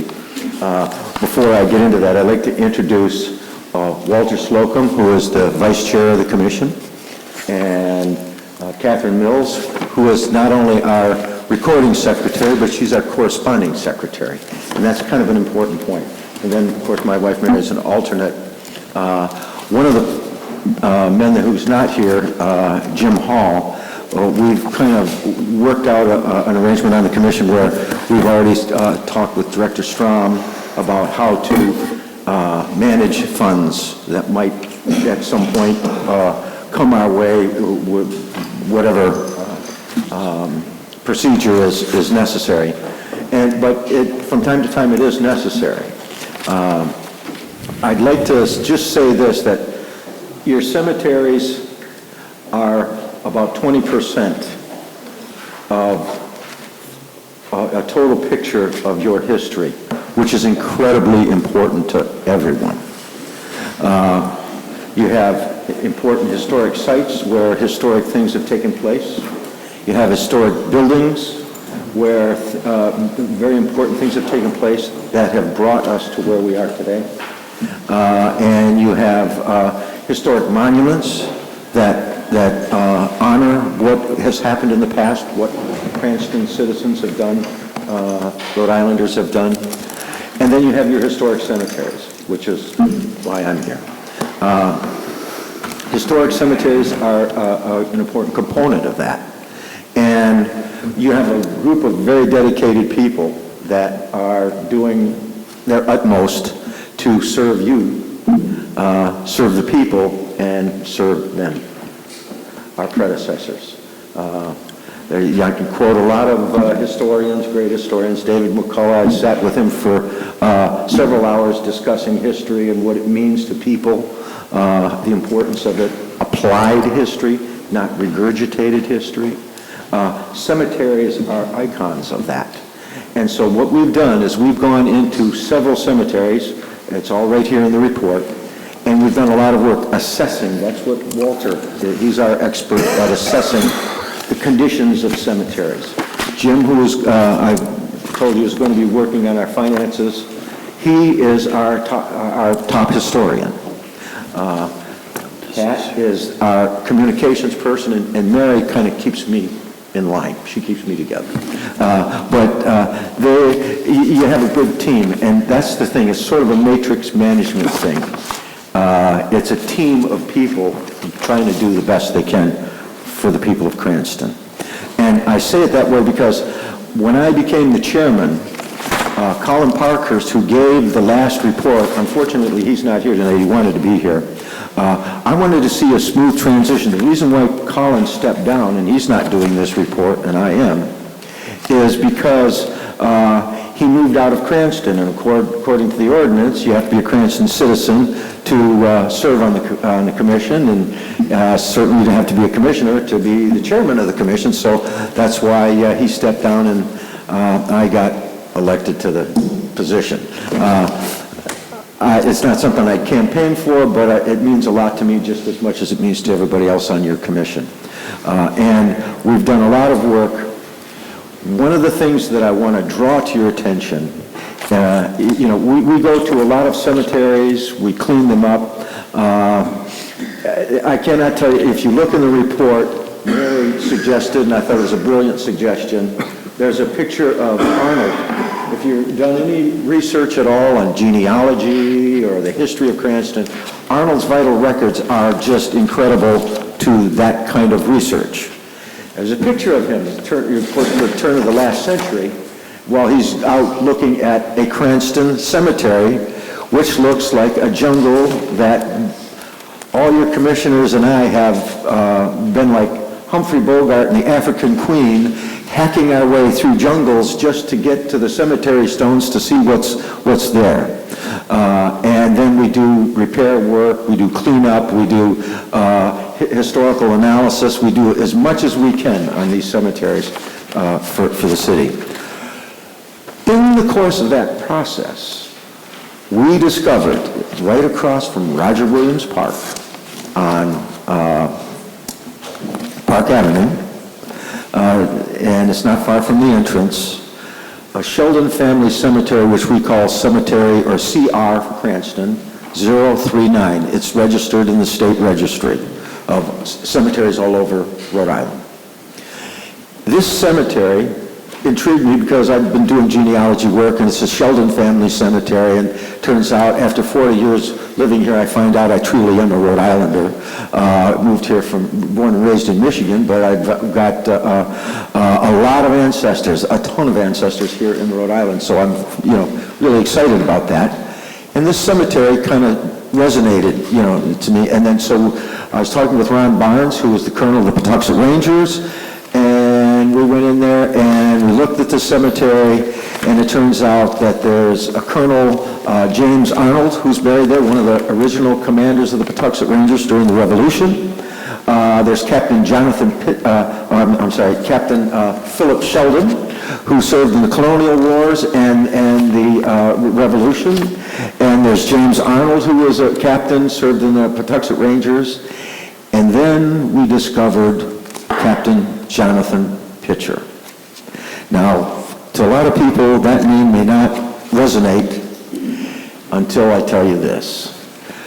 If you think about it, Warwick and Coventry have the honor of splitting the history and the memory of the great Rhode Island General Nathaniel Greene, second only to George Washington in the winning of our independence. But guess what, Cranston? You have something every bit as big that we just discovered.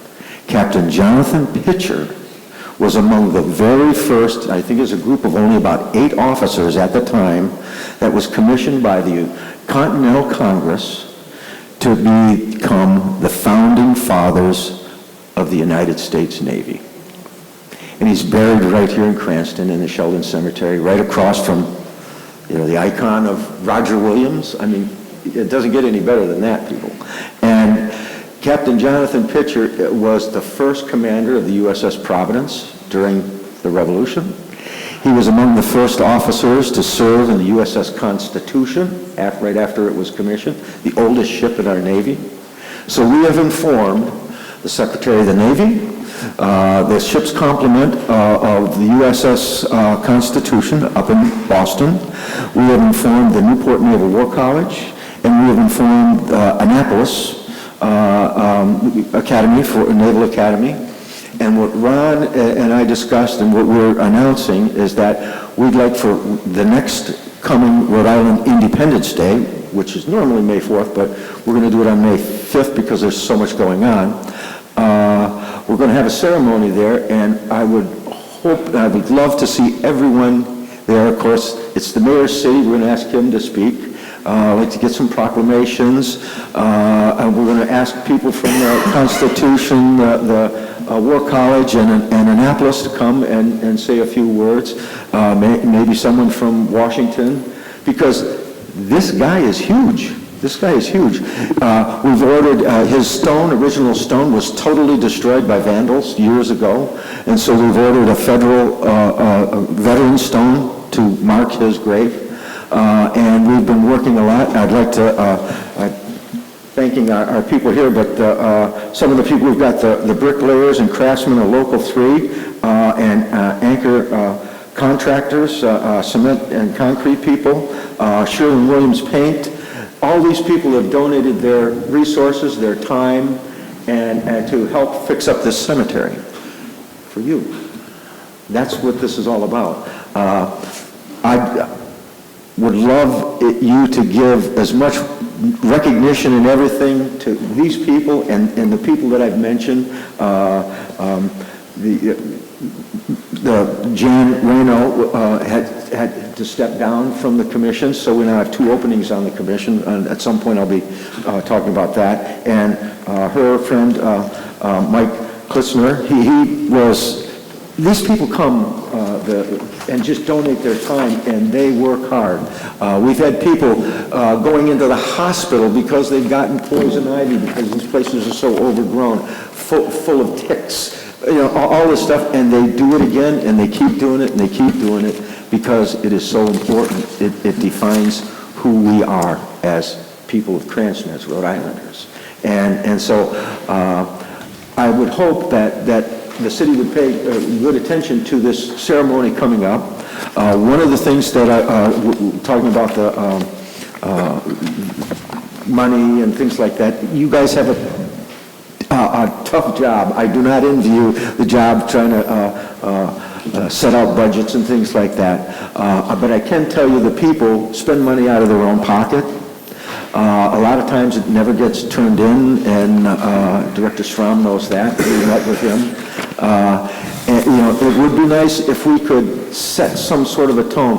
I tried to suggest some things when Colin gave his last report to you, that maybe we need to think outside of the box a little bit. Maybe we could talk to you about the possibility of doing the 501c3, and he mentioned that at his last report, which is a nonprofit kind of a status. Well, that led to bringing in the Cranston grant writer, and she talked with us about a lot of possibilities, and a lot of this, you know, goes beyond just tools and equipment, because in Cemetery 36 for this ceremony, we've also discussed, you're probably all aware that there's the Discovery Network program, which is basically Cranston's version of Boston's Freedom Trail. Greg? That's what you have. I know how passionate you are about cemeteries and cemetery commission. We're going to go for a sign, so that's what. Okay. For that. So I appreciate all the work you do and all your team and the membership. I know it's a volunteer board. It's people that we ask that really get no benefit out of it other than making Cranston a better place to live. So thank you to you and all of your support staff and membership on the committee. Does anyone have any questions for Mr. Merrick about the Historic Cemeteries report? Councilman Brady? I also want to reiterate what Mr. Farina just said. We appreciate all of your hard work. Obviously, it's a volunteer position, and you're very passionate about it. Obviously, earlier in the meeting, a resident did complain about a cemetery situation. Ken, I know you're familiar with the situation. I would ask, I understand how hard it is without funding to get things done, like trees hanging over into a family with a child with a disability. Yep. I would hope in the future, if we did increase funding for this commission for tools and such things of that nature, we could maybe revisit that cemetery to adjust the situation which you're aware of. That would be nice. The one thing that I caution everybody on the commission is that when we're out there for a specific purpose, but we want to be careful how we interact with neighborhoods in the community so that we don't accidentally, not on purpose, but accidentally commit the city to something where it gets blindsided by something. I'm very up on that. I want to try to prevent that as much as possible, because it just takes away and confuses what we're all about. So, but I do understand people in the area, okay, this tree is in it. I mean, if you stop and think about it, when these cemeteries were put in the ground, there were no trees, because they're not going to dig through roots to dig graves, These are grown up, well, now we have to deal with it. It's like the Humphrey Bogart mentality again. But, we do that. The one thing that I would like to leave you with, though, is... Don't leave us with yet. Councilman McCauley had a question, too. Very quickly, sir, could you spell the Captain Jonathan, how do you spell his last name?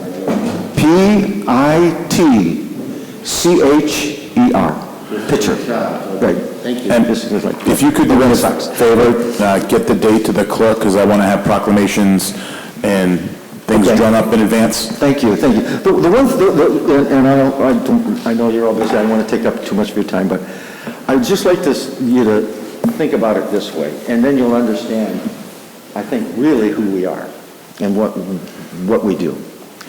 Is when I first came to Rhode Island in 1978, I was amazed to see that here in Cranston, it's a city, but it's a city of neighborhoods, and those neighborhoods have names. And these names are very important ID things for who the people are that live in these neighborhoods. It's incredible. Out in the Midwest, they don't do that.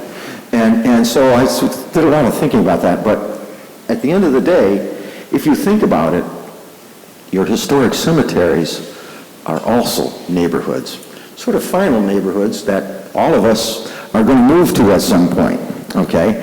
So you have to ask yourself, do you want to at some point move into a neighborhood that is fixed up nice, that is inviting? People from all over the country, all over the state, all over the city will want to come for various reasons to look at and to be part of?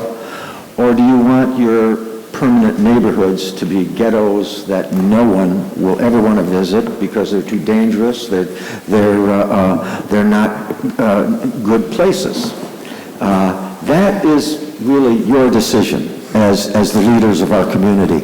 And so, I would hope that you would give this some thought, because the neighborhood concept, I think, is really important to who we are as people of Cranston, and I thank you all for letting me speak.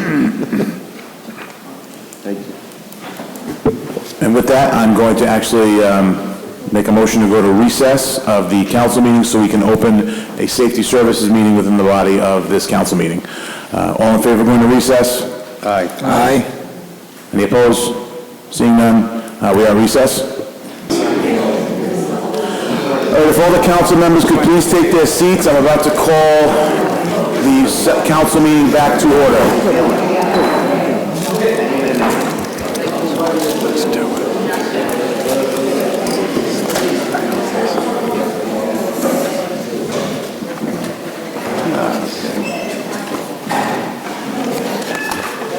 We are back from adjournment, and now we're to the section of the docket labeled Public Hearings.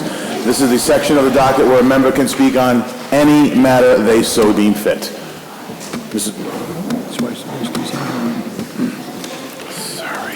The name and address to the record, please. Peter Sabinsky, 60 Midland Drive.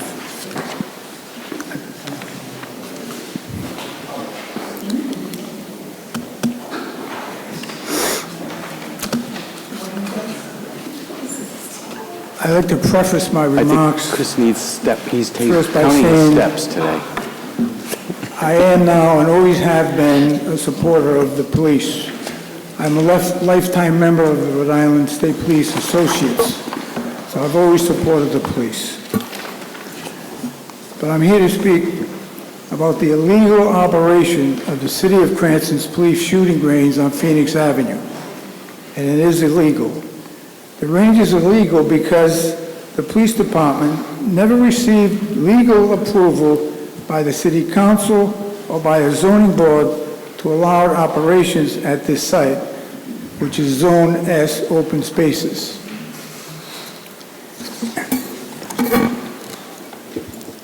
There is a big health risk to the children attending the middle school and the high school located directly across the street from the shooting range.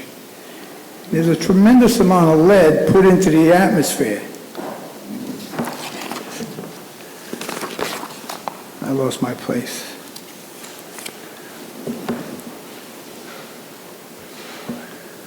But there's millions of bullets fired at that range. And along with the buried shells and casing and the bullets themselves. The noise pollution is outrageous. Shooting starts at 8 o'clock in the morning and continues all day, every day, 52 weeks a year, stopping 8 o'clock at night.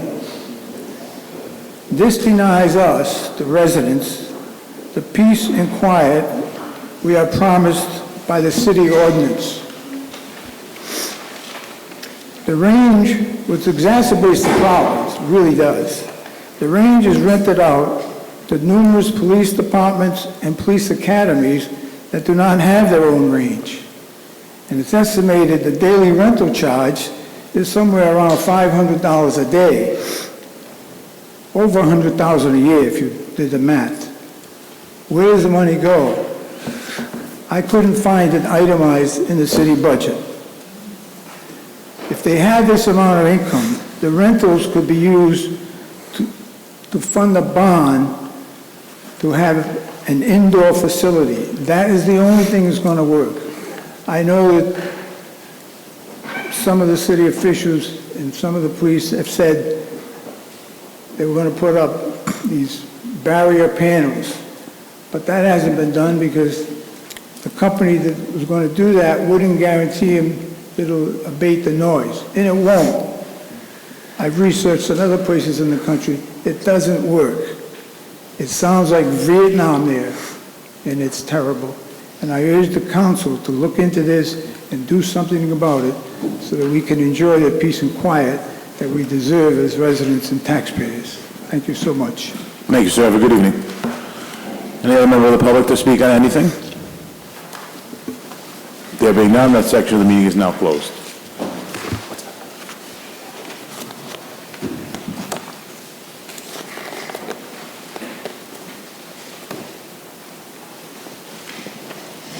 Sometimes paper is more effective than your computer because mine just shut off. Thank you. Election of city officials, there are none. Report of city officers. Board of City Officers, we have done that. We did that. Executive Communications.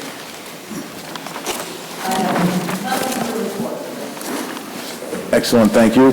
You do receive the legal reports. If anyone has questions on it, now would be the time. Seeing none. Council President Communications. It is the end of October.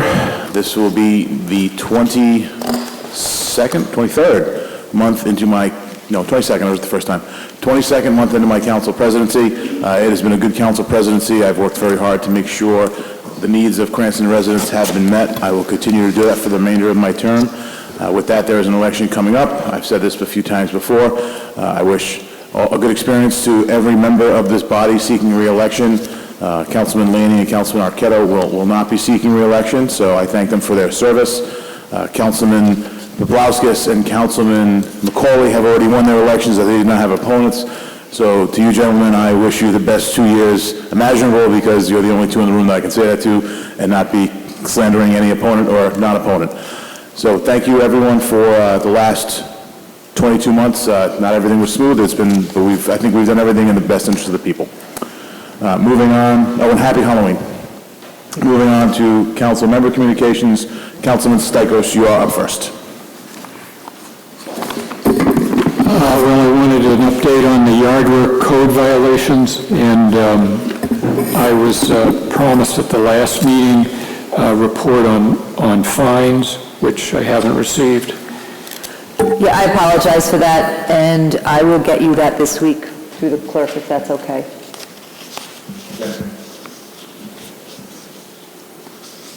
A little more detail on the code violations, where they are. I don't have any further updates. They were in court, I believe, last week, but I haven't had an update. Stan was out of town for a few days, so I'm trying to catch up on a few things. To be honest, we were actually working on the Burlingame one since he's been back. But I can get you an update during the week. Okay. Yes, I have, I've talked to people from the administration, I believe 3 times about Perkins Avenue, and what's happening on, that's where there was flooding and the city purchased, I don't know, 5 or 6 houses there and removed them. And of course, when there were houses there, there are streetlights. So what's happening now is that people are dumping and the lights are on, so we're basically lighting an empty field, wasting electricity and city money, and I have suggested repeatedly that a Jersey barrier be put in the street so that people can't go down the street and dump. And then when I most recently talked to Director Mason, he said that the final property, the city has not been able to sell that, buy that. So, number one, I think a barrier should be put on the street so that people can't drive down, further down the street and dump. Number two, the street lights should be turned off. And number three, I'd like to know about the details on that property in the flood zone and why we haven't been able to purchase that, because it's just going to flood again. And, you know, that's putting the firefighters and the police and everybody else is going to be having to deal with this house in a flood zone. Yeah, and this is the first I'm hearing of this, Councilman, and to be honest, this is why I ask that a lot of times, and I understand the comfortable relationship with our directors, and I like that everybody has comfortable relationships, but I haven't heard of this, and it could have been something that maybe I could have resolved a lot faster. So I will talk to Ken tomorrow at our staff meeting and find out what's going on with that. This is, I don't know if this is going up to Carlos and it just didn't get across to me, but what I saw on the docket, I had absolutely no idea what this was in reference to. So I will... Well, I must say it's a little bit frustrating because I talked to Carlos about it once. I mean, that was a long time ago. And I don't remember who else I talked to about it, but if it's on the docket, you could, you could call me about it if you didn't know about it. And even when it is on the docket, like these fines, the last meeting you said, send me an email. I sent you an email. I still didn't get anything on the fines. I didn't get any kind of response even. I don't know who to talk to kind of get straight answers. So I fish around for somebody to talk to. Well, the answer is me, and I missed the fines one. As I said, I apologize for that. I do miss them on occasion. Usually I think I'm pretty responsive, and I think the council would agree that I am. I have in the past, and I probably didn't reiterate it when I came back a year and a half ago, but the past protocol was always, council didn't go to directors, council came to me. And I know there's been some change in that because when they created a chief of staff position, that was sort of more the liaison to the council. But ultimately, if it's a day-to-day operations question, I'd rather them just come to me because it's a lot easier for me to know, because Ken may know one piece of the puzzle, for example, but maybe planning is working on that property sale, unbeknownst to Ken. So quite often what happens is if you all talk to one particular director, that director doesn't necessarily have the big picture that I might have or even Bob might have, because Bob works with all departments too.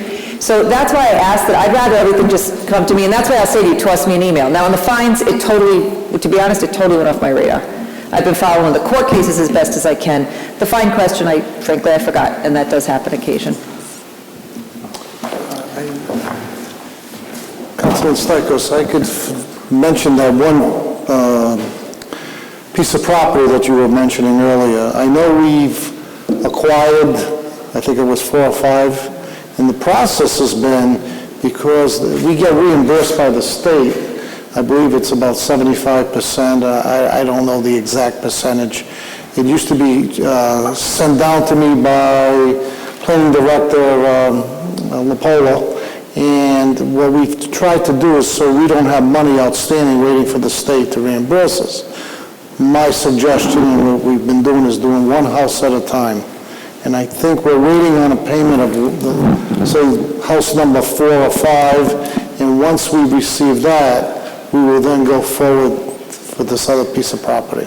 Well, what I was told by a resident was that that last property was foreclosed on by the bank, and that the bank refused to sell to the city, and then the bank sold it to someone, and that person has refused to sell to the city.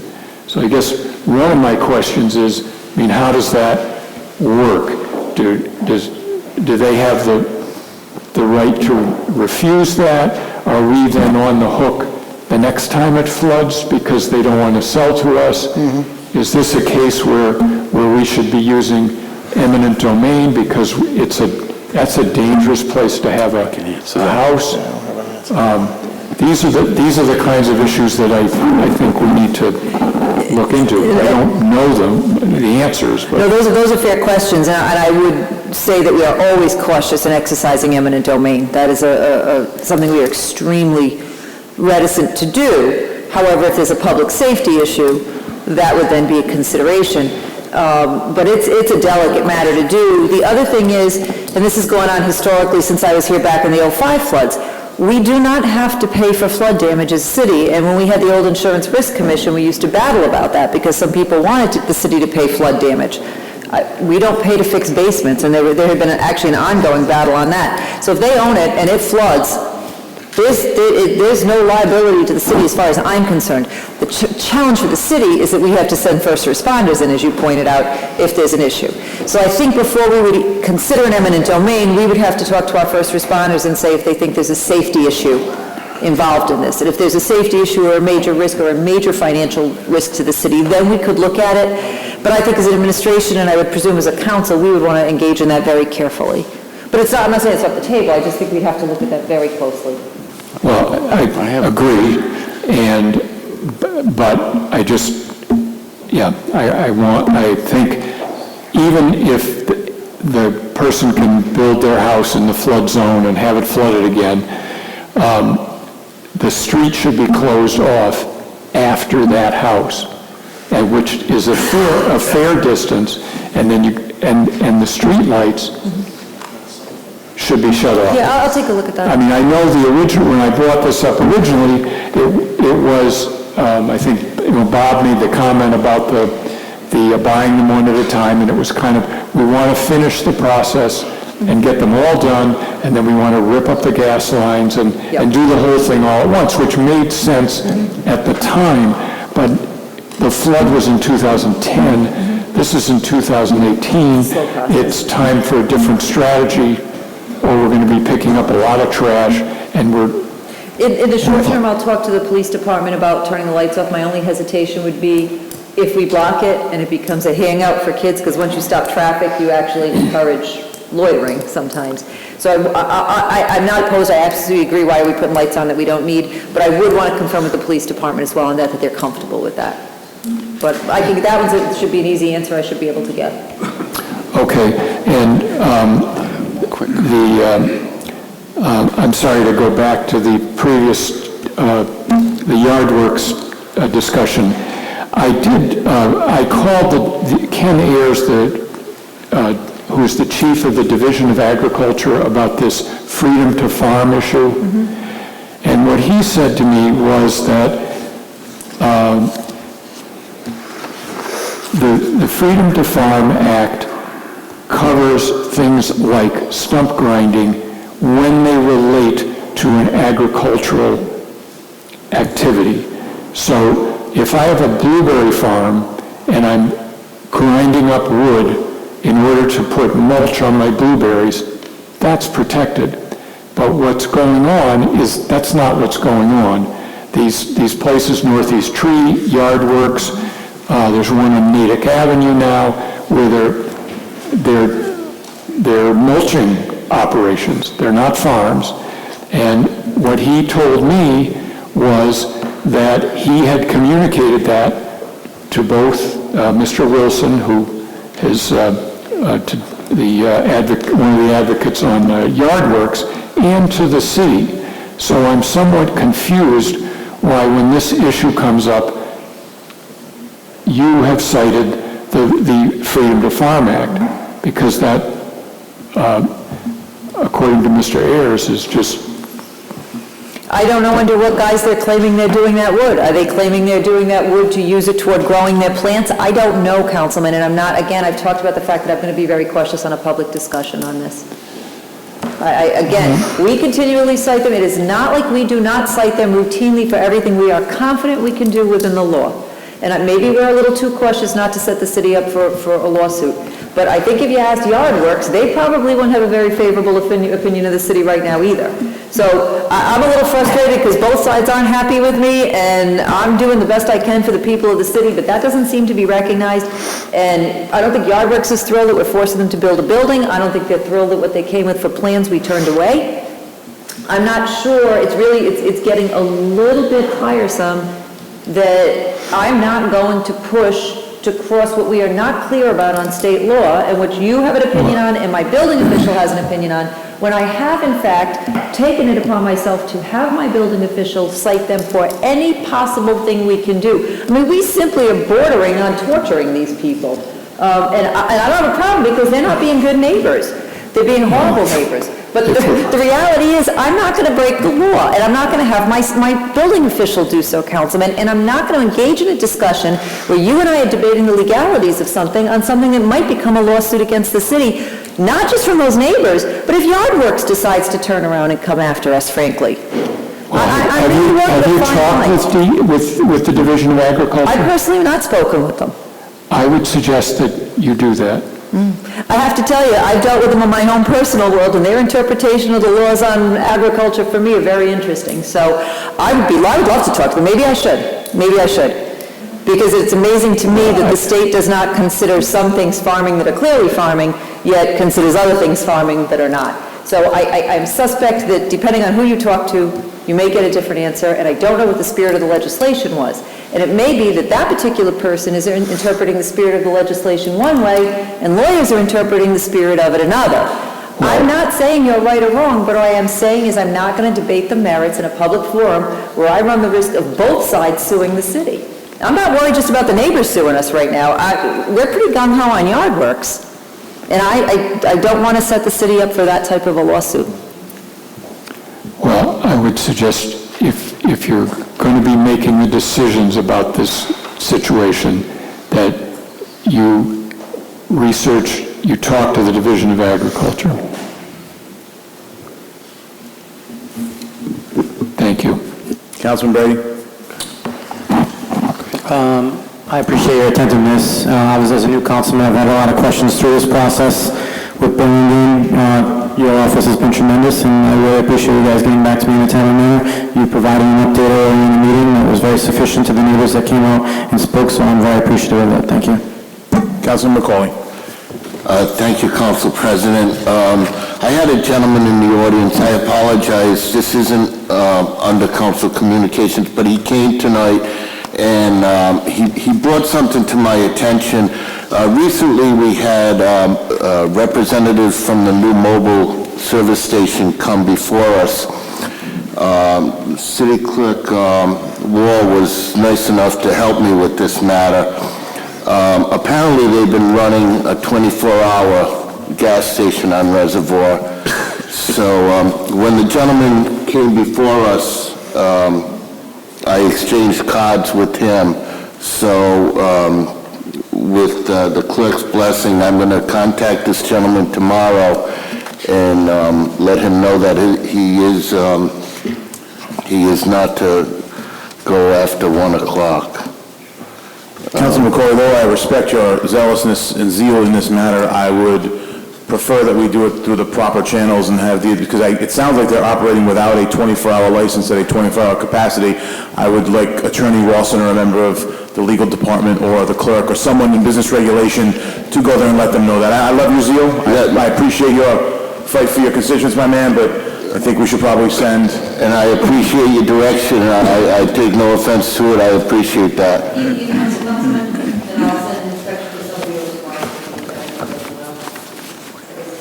Feel free to go with the inspector. I've already visited. Thank you. They need to close at 1. The Councilman Hopkins. Who will do that? Inspections, yeah. Yep. Councilman Hopkins, then Councilman Lanning. Thank you, President. To the administration, I did send you an email on this. I happen to be fixing a campaign sign at the vacant Walgreens on Oak Lawn Avenue. And behind that vacant building, it is becoming the next dumping ground in the city. So I did send you an email. I have to get a crew over there and take a look at that. Yeah. Thank you. And also, can you just give us an update on the property next to Spain on Reservoir Avenue as to where that's going? Oh, it just came on my radar again the other day. It went to court. The amount of selling that's going on there has increased. He's been brought to court. He has been brought to court. I'm just trying to remember what the latest was on that one. We had a bunch of them all going in at the same time. It was Yardworks, this one, and a few others. Is it in Superior now? Yeah, that one actually disappeared. He's almost blatantly just laughing at us and putting more stuff out there to sell. No, it's a complete violation. Oh, okay, he is on a per diem? He is being fined? Okay. Yeah. I know we've been after that one, I just couldn't remember what the latest was on it. Okay, That's been an ongoing saga. Thank you. That's my routine call from the mayor every time he drives up Reservoir Avenue. Councilman Lanning. So, Mr. Strom? Yeah, Mr. Strom, I'm going to go back to, Mr. Strom. I'll give you a break.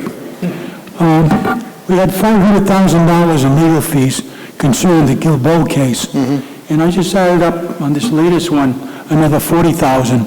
Is that part of the $500,000 or in addition to the $500,000? No, I believe the latest, because I keep a running balance just for that, because I know you may be asking me. It's at 535 right now. Oh, it's close. Yes. So you're not giving me a break, because I have to jump in on that. No, Andy, get your gun. You know, Andy, get my gun. And you do, as I mentioned, I can't repeat a lot of what we talked about in executive session, but what I can tell you is depositions are moving forward actively, and a lot of the costs that you're seeing are related directly to these depositions that are critical in the case. I could point literally to the hours to those depositions. I just hope that I'm not asking, well, I won't be here, but somebody may ask, did it exceed $1 million yet? God, we can only hope not. But sometimes you fight the good fight and you do the right thing.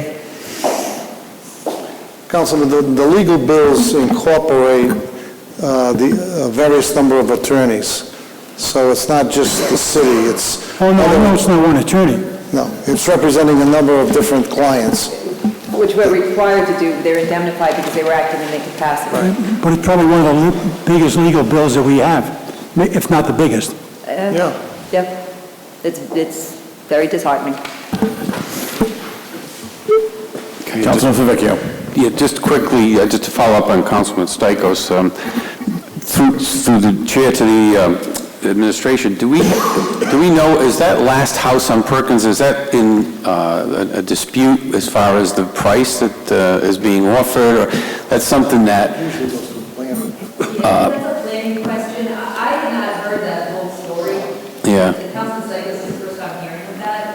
But I don't know that it's not the case that I have. It's the first time hearing of that. And as I stated, we try to do one house at a time because sometimes we have to wait 6 months to get reimbursed. So then when we do get reimbursed, and then I guess they level them at that point, we then purchase another house. And we haven't had a problem. So what Councilman Stichels brought to my attention tonight is something I'm not aware of. Yeah. I'd have to check with We'll Jason. follow up, Jason. But until all the houses are purchased by the city, you probably can't shut the street down because police and fire have to get through in an emergency, you know? Unless that one was never going to get purchased, because I think that's the first house. Okay. If that's the one you're referencing. You could block Yeah, it. it's a dead end. Yeah. Oh, So you could move the barrier up to where that last house is. If we never got that house, we could still block the way the council Okay. is suggesting. Fine. Okay. Thank you. Any other council member communications? Seeing none, I will close that portion of the meeting. Old business, there is no old business. Introduction of new business. Madam Clerk. Proposed ordinance 10-1801, ratifying the Laborers International Union of North America contract for the fiscal years July 2018 through June 2021. These are the revisions as a result of the Janus ruling to be referred to the Finance Committee for a hearing on November 15th. We have 3 poll locations to be referred to Public Works for hearing on November 15th. 2 are for Felicia Drive and 1 for Pippin Orchard Road. And that's all I have. Thank you, Madam Clerk. Miscellaneous business on the clerk's desk. There are 2 items. One is the resolution of the feasibility study for the dog park.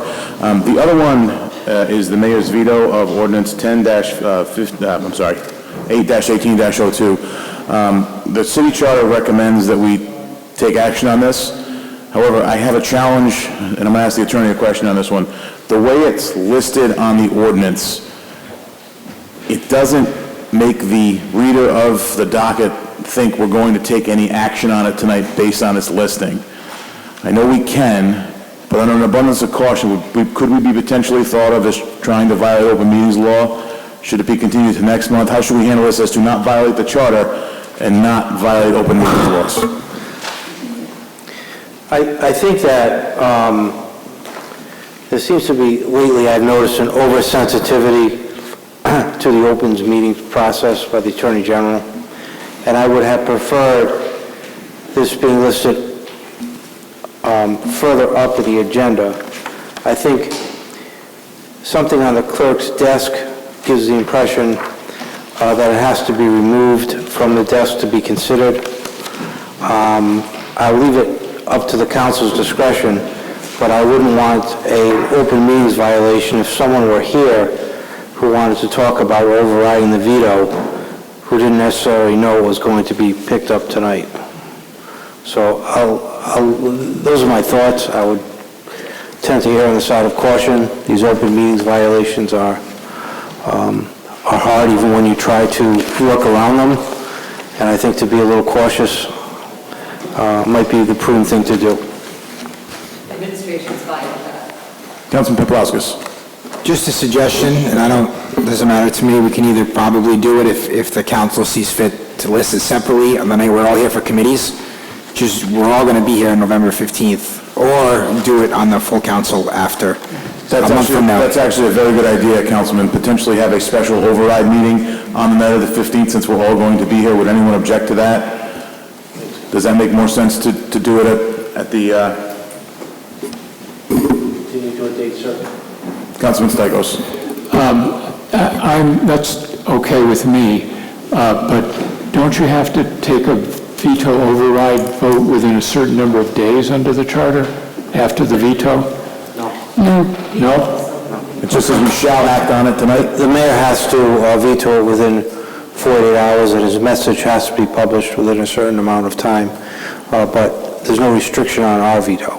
But if we continue it to a date certain, I think that would obviate all of those challenges and keep the veto override alive.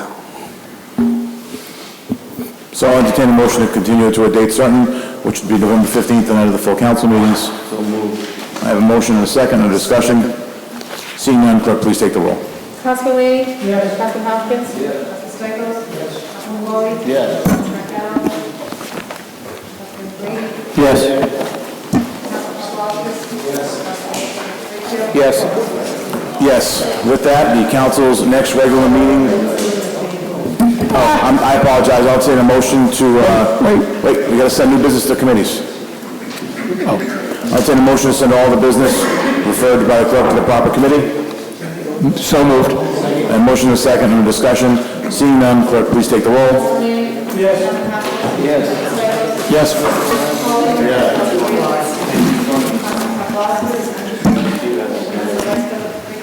Yes. Yes. Councilman Stichels. Yeah, just the Cullion and the dog park, a report from the administration, please. It got pulled off. I don't think it's on the docket, but... It is on the docket. It was, but then I don't think it was on the last version that I got. But that's fine. I did talk to Director Liberatore, and I believe he reached out to DEM, and I don't think they were favorable. So I think that kind of put that as a no-go. Is it still there on there? It is. Miscellaneous. Where is it? Miscellaneous. Oh, okay, yeah, it's before the veto, yeah. I had talked, but I first saw it originally on the docket, and I called Director Liberatore, and he did say that DEM did not fit with what the DEM regulation was on that. So, that was the last I heard. That was last week, I believe, I spoke to him. Thank you. Okay, with that, then council's next regular meeting will be on November 26th, 2018. Councilman Hopkins, yes? Thank you, President. Again, under that miscellaneous business, I had originally introduced that Cullinan property as a potential site, so I'm asking to be considered a sponsor or co-sponsor to this report, and I'd like to continue the study. Not that I don't agree with what Director Liberatore is telling us, but I think that we should continue to look at that particular area and see its feasibility, because I'd love to do something. We do own the property, and I think it's a great location. I think we should continue to look at it, but I'd like to be added as a sponsor to that. Thank you, Councilman Hopkins. That would actually be improper at this current time. That motion has already been voted on, passed. The report has been done by the administration. The results of that report is that according to per DEM, the dog park cannot go there. If you'd like another feasibility study or more work to be done, by all means, we can craft another resolution or another ask of the administration to look at it a different way, to continue looking at it, but that one would be considered closed. So if you want to do that, that's something I would definitely support you in, just to keep the procedural level alive. We'd love to find a good use for it. Okay, with that said, when the next council meeting was, I was saying a motion to adjourn. So moved. Second. Under discussion, seeing none, we are adjourned. All in favor? Aye. We are adjourned.